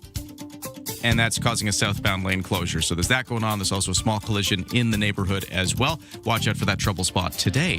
And for the BC ferries, no sailing waits right now. Things are moving well. For the weather, we got some rain moving in, some showers through the afternoon hours today. There is a risk of a thunderstorm accompanying those showers and a little breeze off the water. Highs of 20 otherwise. It clears up for the evening. We'll see lows down to 15 degrees, a bit of fog forming off the water. And then tomorrow we'll have sunny periods but cloudy periods as well, and that fog will be kicking around in the morning. And right now, the temperature in Victoria is 14 degrees. It's all here. News, weather, traffic, and community events. Ryan and Lisa, mornings on CFAX 1070. Let's talk now about the brand new BC SPCA Animal Behavioral Center that'll be opening up in North Cowichan. We're going to learn about it and what it does, what they're going to do there with the manager of Animal Behavior and Welfare for BC, Kim Monteith, who's joining us on the line. Hello, how are you? Good morning, Ryan. I'm great. How are you? And good morning, Lisa. I'm really curious about this. Lisa and I were both talking about the fact that it's cool the center's coming, but we should probably figure out what it does. What does an animal behavioral center do? But it's a really, really exciting time for the BC SPCA. Our Animal Center is a resource for our other centers that have animals that need a little bit more support, specialty training, behavior modification, treatment. Like, they just need a little more. So this is a place for them to land. And it's the first in Canada that's a standalone facility where we can see help multiple species. It's so exciting. I'm beyond excited. So what kind of species do you have under roof? So we'll be able to help dogs. I think right now that's our biggest request is dogs, cats. We'll be able to do small animals, rabbits. I see some rabbits going in there in our future. They'll be our primary ones. And yeah, it's a really well-designed a facility, and it's designed specifically for the animals. So everything we do, it's like, okay, what would this animal need? Well, how do we move them through the building? How do we handle them? We have a real-life room to help them, get used to being in a home, right? So we've really been very specific. So you're obviously getting animals coming in with a bit of mental baggage and possibly physically too. What's your checklist for helping them out? Right. That's a great question. So we want to start primarily working with under-socialized and fearful animals, those ones, and taking a trauma-informed approach. And then as we move along and evolve, we'll learn more about what we can and can't do through our partnership with UBC and ongoing research. So we want to expand on that as we go. To start with, we're going to start with the ones we see the most of, the under-socialized and fearful. You said rabbits. Interesting. Do rabbits need socializing?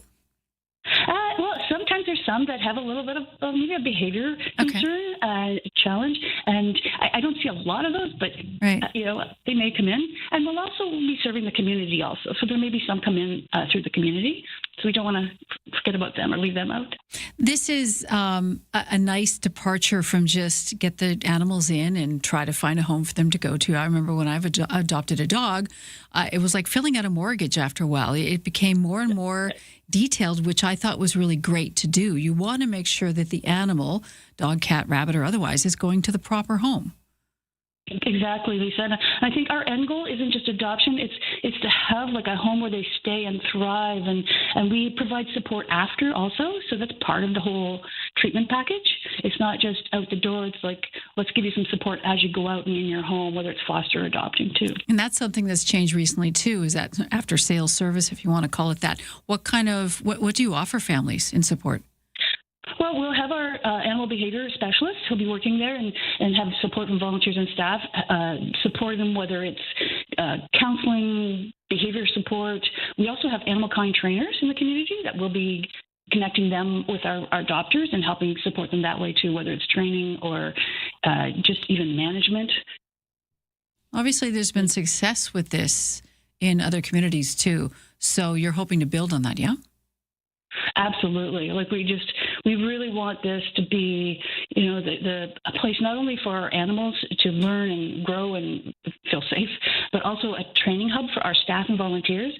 So we want any staff or volunteers from around the province to be able to come in and learn and then take that back with them too. So it's that hub where there's training, learning, research, helping animals. It's that amazing place that I've dreamed of forever. Wow. So it sounds like a fulfillment of a lot of effort and, like you said, of a dream. Yes. And we have a whole team, like the entire organization, like we've just been working towards this for years, and it's finally coming to, and we're all just very excited. And for me, I've been with the SPCA for a very long time, and I know like this is going to be a game changer and help so many animals and people, and for years to come. Huh. And when we talk about it being a game changer, what's it like now? So, before the center has dropped and does all the great things we just talked about, what did people do up until now?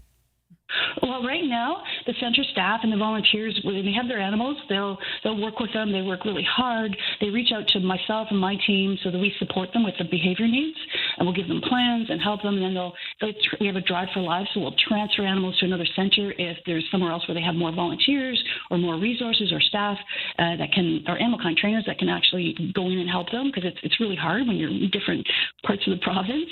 So right now they'll do that, and they do the best they can, and then we do follow-ups. We connect them with animal kind trainers. It's a lot of that we'll try and support you from here. And they're really, really good. It's not enough, because you can imagine with these animals where they're transferred from center to center, and especially if they're fearful, right? Yeah, if you got anxious animals, like changing scenery all the time is not helpful, which is why it's great that the BCSPCA is launching a new animal behavioral center in North Cowichan, and Kim Monteith, manager of animal behavior and welfare for BC, joining us to talk about it. Well, congrats. This is a wonderful story, and thank you for telling it to us here today. Thank you, Ryan. Thank you, Lisa. We appreciate you, and we appreciate everyone. Thank you. Good luck, and stay in touch. That's such a cool story. Speaking of cool stories, just as we sign off here, Lisa, I can't believe it. Yep. We've sold out. We're there. $50,000 is now the Kids Count Mega Summer 50/50 jackpot. That is a sellout. All of the tickets sold. The draw is tomorrow morning right here on the show at 7 o'clock. There's people cheering in the hallways. This is amazing. I can hear that. Well, it's so exciting because this is the first we've ever done. So thank you for making it a success. Thank you so much, Victoria, for supporting us. Hopefully you win tomorrow. Stay tuned. 7 o'clock. We'll do the draw. Listen then. Have a good day.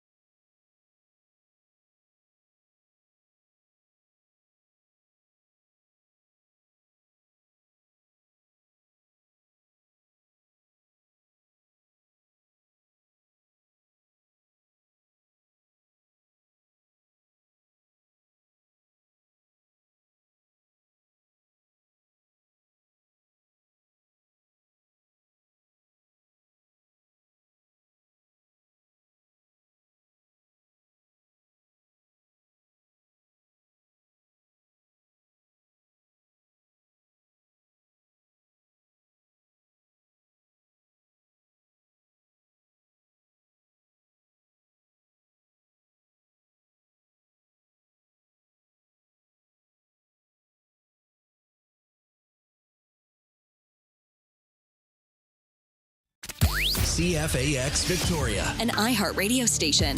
If it's happening, it's here. CFAX 1070.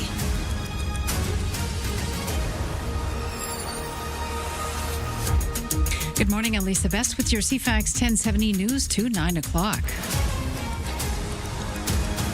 We've had a big jump overnight in the number of wildfires burning in this province. We're at 197. That's 30 more than yesterday. 83 are out of control. That's 20 more than Wednesday.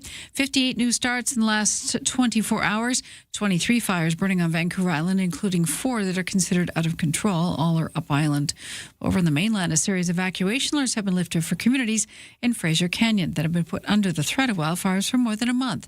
With improved conditions at the Brunswick complex of wildfires, about 200 residents were sent packing on July 16th, and the order stayed in place for weeks until it was finally downgraded to an alert earlier this month. Both the Brunswick Creek and Ainsley Creek fires are still considered burning out of control, together torching more than 700 square kilometers of land.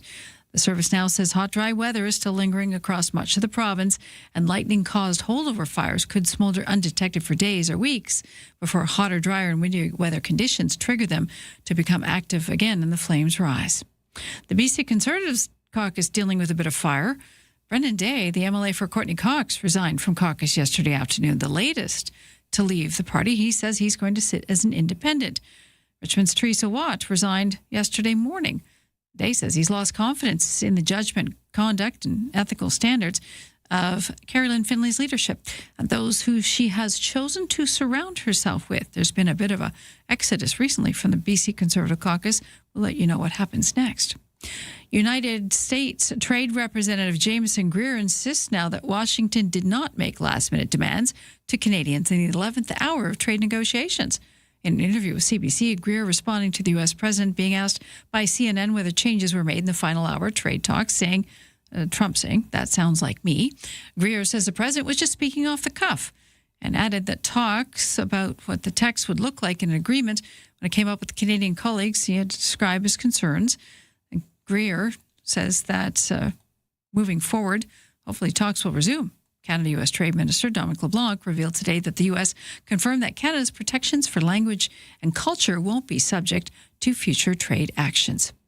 Meanwhile, stopping or simmering down, anyways, doesn't seem to be the interest of the U.S. president currently. He continues to taunt and threaten Canada in interviews and social media posts, including this one about rewriting the map of Lake Ontario. All it takes is a good pen and some intelligence. So Lake Ontario, that's gone. Lake America.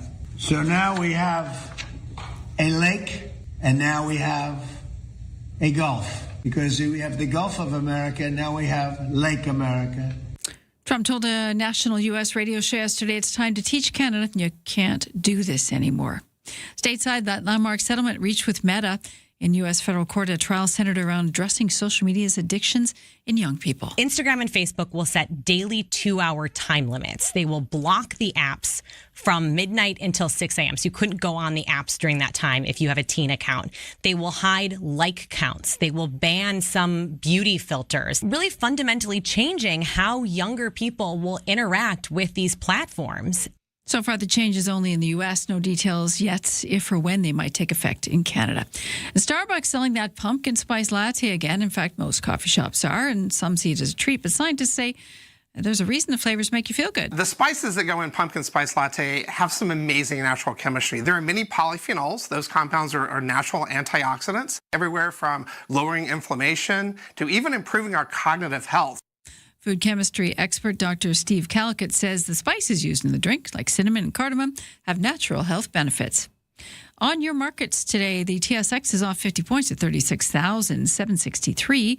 The Dow is up 149 at 53,613. Our Canadian dollar holding at 72.20 cents U.S. Your CFAX 1070 news poll today. How much will the tariff war affect you personally? You can vote now at CFAX1070.com or in the iHeartRadio app. Your CFAX weather forecast, we've got a chance of rain coming in today. Looks like cloudy skies for the most part. Chance of rain this afternoon. In Victoria, we're looking at a high of 20 today. Right now, we're sitting at 15. CUPE Vancouver Island workers deliver the public services island communities rely on. CUPE, better services, better communities. Hey, it's Adam Sterling. What's really going on in the Capital Region? Let's talk about it today at 11 a.m. on CFAX 1070 and on the all-new iHeartRadio app. Text lines are already open at 71010. Talk to you soon. Show on the iHeartRadio Talk Network. Happy Thursday, everybody. I'm Graham Richardson in for Vashi. I hope you're having a good day. Guess what we're going to be talking about today? President's out with a video about Lake Ontario, renaming it, and the trolling continues. What appears to be significant developments as well, after Jameson Greer gave 2 interviews, CBC French and CBC, saying that that the Americans will no longer be looking at labeling issues in French and English, which apparently was raised at the bargaining table. Dominic LeBlanc, the trade minister, responding on social media, Canada welcomes the U.S. is now withdrawing its positions on discoverability and labeling. It's confirming that measures to promote French language and Canadian culture will not be subject to future U.S. trade actions. We look forward to further constructive U.S. clarifications on their positions, which would create the possibility of a mutually beneficial trade agreement that respects Canadian sovereignty. Here's what Carney said back on Saturday about the French language issue and what America wanted at the table. continual efforts, always resisted, as I said in my remarks, and always will be resisted, efforts to restrict our protections of our language, our culture, and in effect, our sovereignty. Greer saying that it wasn't a red line at all. It was just kind of out there. So we'll talk to the panel about this. We'll talk throughout the show about this. Like, it's very difficult to determine who is, torquing and who is not telling the truth necessarily, and how toxic the American proposals were. You take Mr. Carney's word, it was on less on that, I think. The autos were substantial, and excluding pickup trucks. So that's key to the Oakville plant. Also, this notion that they would sign something, but then they could change it whenever they wanted. So I think that's more important to Canada than this, although this is always important. And listening to the Americans now, they say it was just, it wasn't a big deal. What is a big deal is the trolling of the president. Here he is in the Oval Office this morning, calling Lake Ontario Lake America. So this is Lake Ontario in Canada and in the United States, but we're going to make a little change. We're going to call it something different than Lake Ontario. We're going to call it Lake America, and all it takes is a good pen and some intelligence. So Lake Ontario, that's gone. Lake America. It's cartoonish and insulting and laughable. But he's the president of the United States. People say, well, why pay attention? He's the president of the United States. When he says things, you have to put it on television. You have to put it in the news, even when they're absurd. And he's not letting go of this, at least for now. The Western Premier's out yesterday on leverage.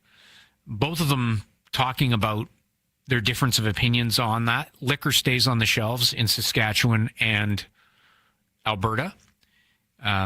But Scott Moe, the Premier of Saskatchewan, saying they will tariff American liquor after September 8th when the tariffs come in, the counter tariffs. Here's Scott Moe on oil and resources and whether they should be on the table or not. We cannot in any way support the adding of export tariffs on a product like oil. Again, it would be an unsustainable hit to our Canadian economy and in particular our Saskatchewan and Alberta economy. Canadians would lose jobs immediately. We as a nation would lose investment immediately. Premier Danielle Smith in Alberta with a similar argument. If Canada were to put, let's say, a 50% export tariff on the 4 million barrels of oil that we export daily to the United States would immediately respond with a 50 to 100% export tariff on oil and natural gas that they export to Ontario, along with millions of barrels of diesel fuel and gasoline that Ontario and Quebec import from the Midwest. This would bring the economies of Ontario and Quebec to a grinding halt. To their points, just throwing out, tariffs on energy is very, very complicated. I mean, are we prepared? Are we prepared for gas shortages? Are we prepared for when she talks about the grinding halt to the economy? Like, that would be a significant increase in tension and in economic pain. So when we say we're elbows up and we're going to get tough, they are talking about that. Now, Jason Kenney, Jean Chrétien, significant people here, both liberal and conservatives, suggesting that's exactly what we have to do in order to get the Americans to back away from some of the ridiculous suggestions at the negotiating table. I mentioned also liquor in Saskatchewan. Here's Premier Moe on what they're going to do to U.S. booze and provincial liquor stores. So on August 22nd, things changed in this province with respect to alcohol procurement, and in particular Saskatchewan alcohol being exported to the United States of America. There was a 50% tariff that was applied to Canadian alcohol exports into the U.S. And so on September the 8th, Saskatchewan will reciprocate that tariff on American alcohol that will come into our province. That is as far as Saskatchewan's going to go. Essentially, Alberta is not really going there. In other news, so that's where trade is, and we'll talk to a number of people during the show about trade and about where we are with the Americans, and also whether we'll go through the panel. Our panelists will weigh in on French language, and also the role the Quebec election campaign is going to play and has already played. Provincial election campaign officially underway. Voters heading to the polls October 5th. Of course, sovereignty is a possibility, right? Parti Québécois is quite strong. Premier Christine Frechette triggering the start of the campaign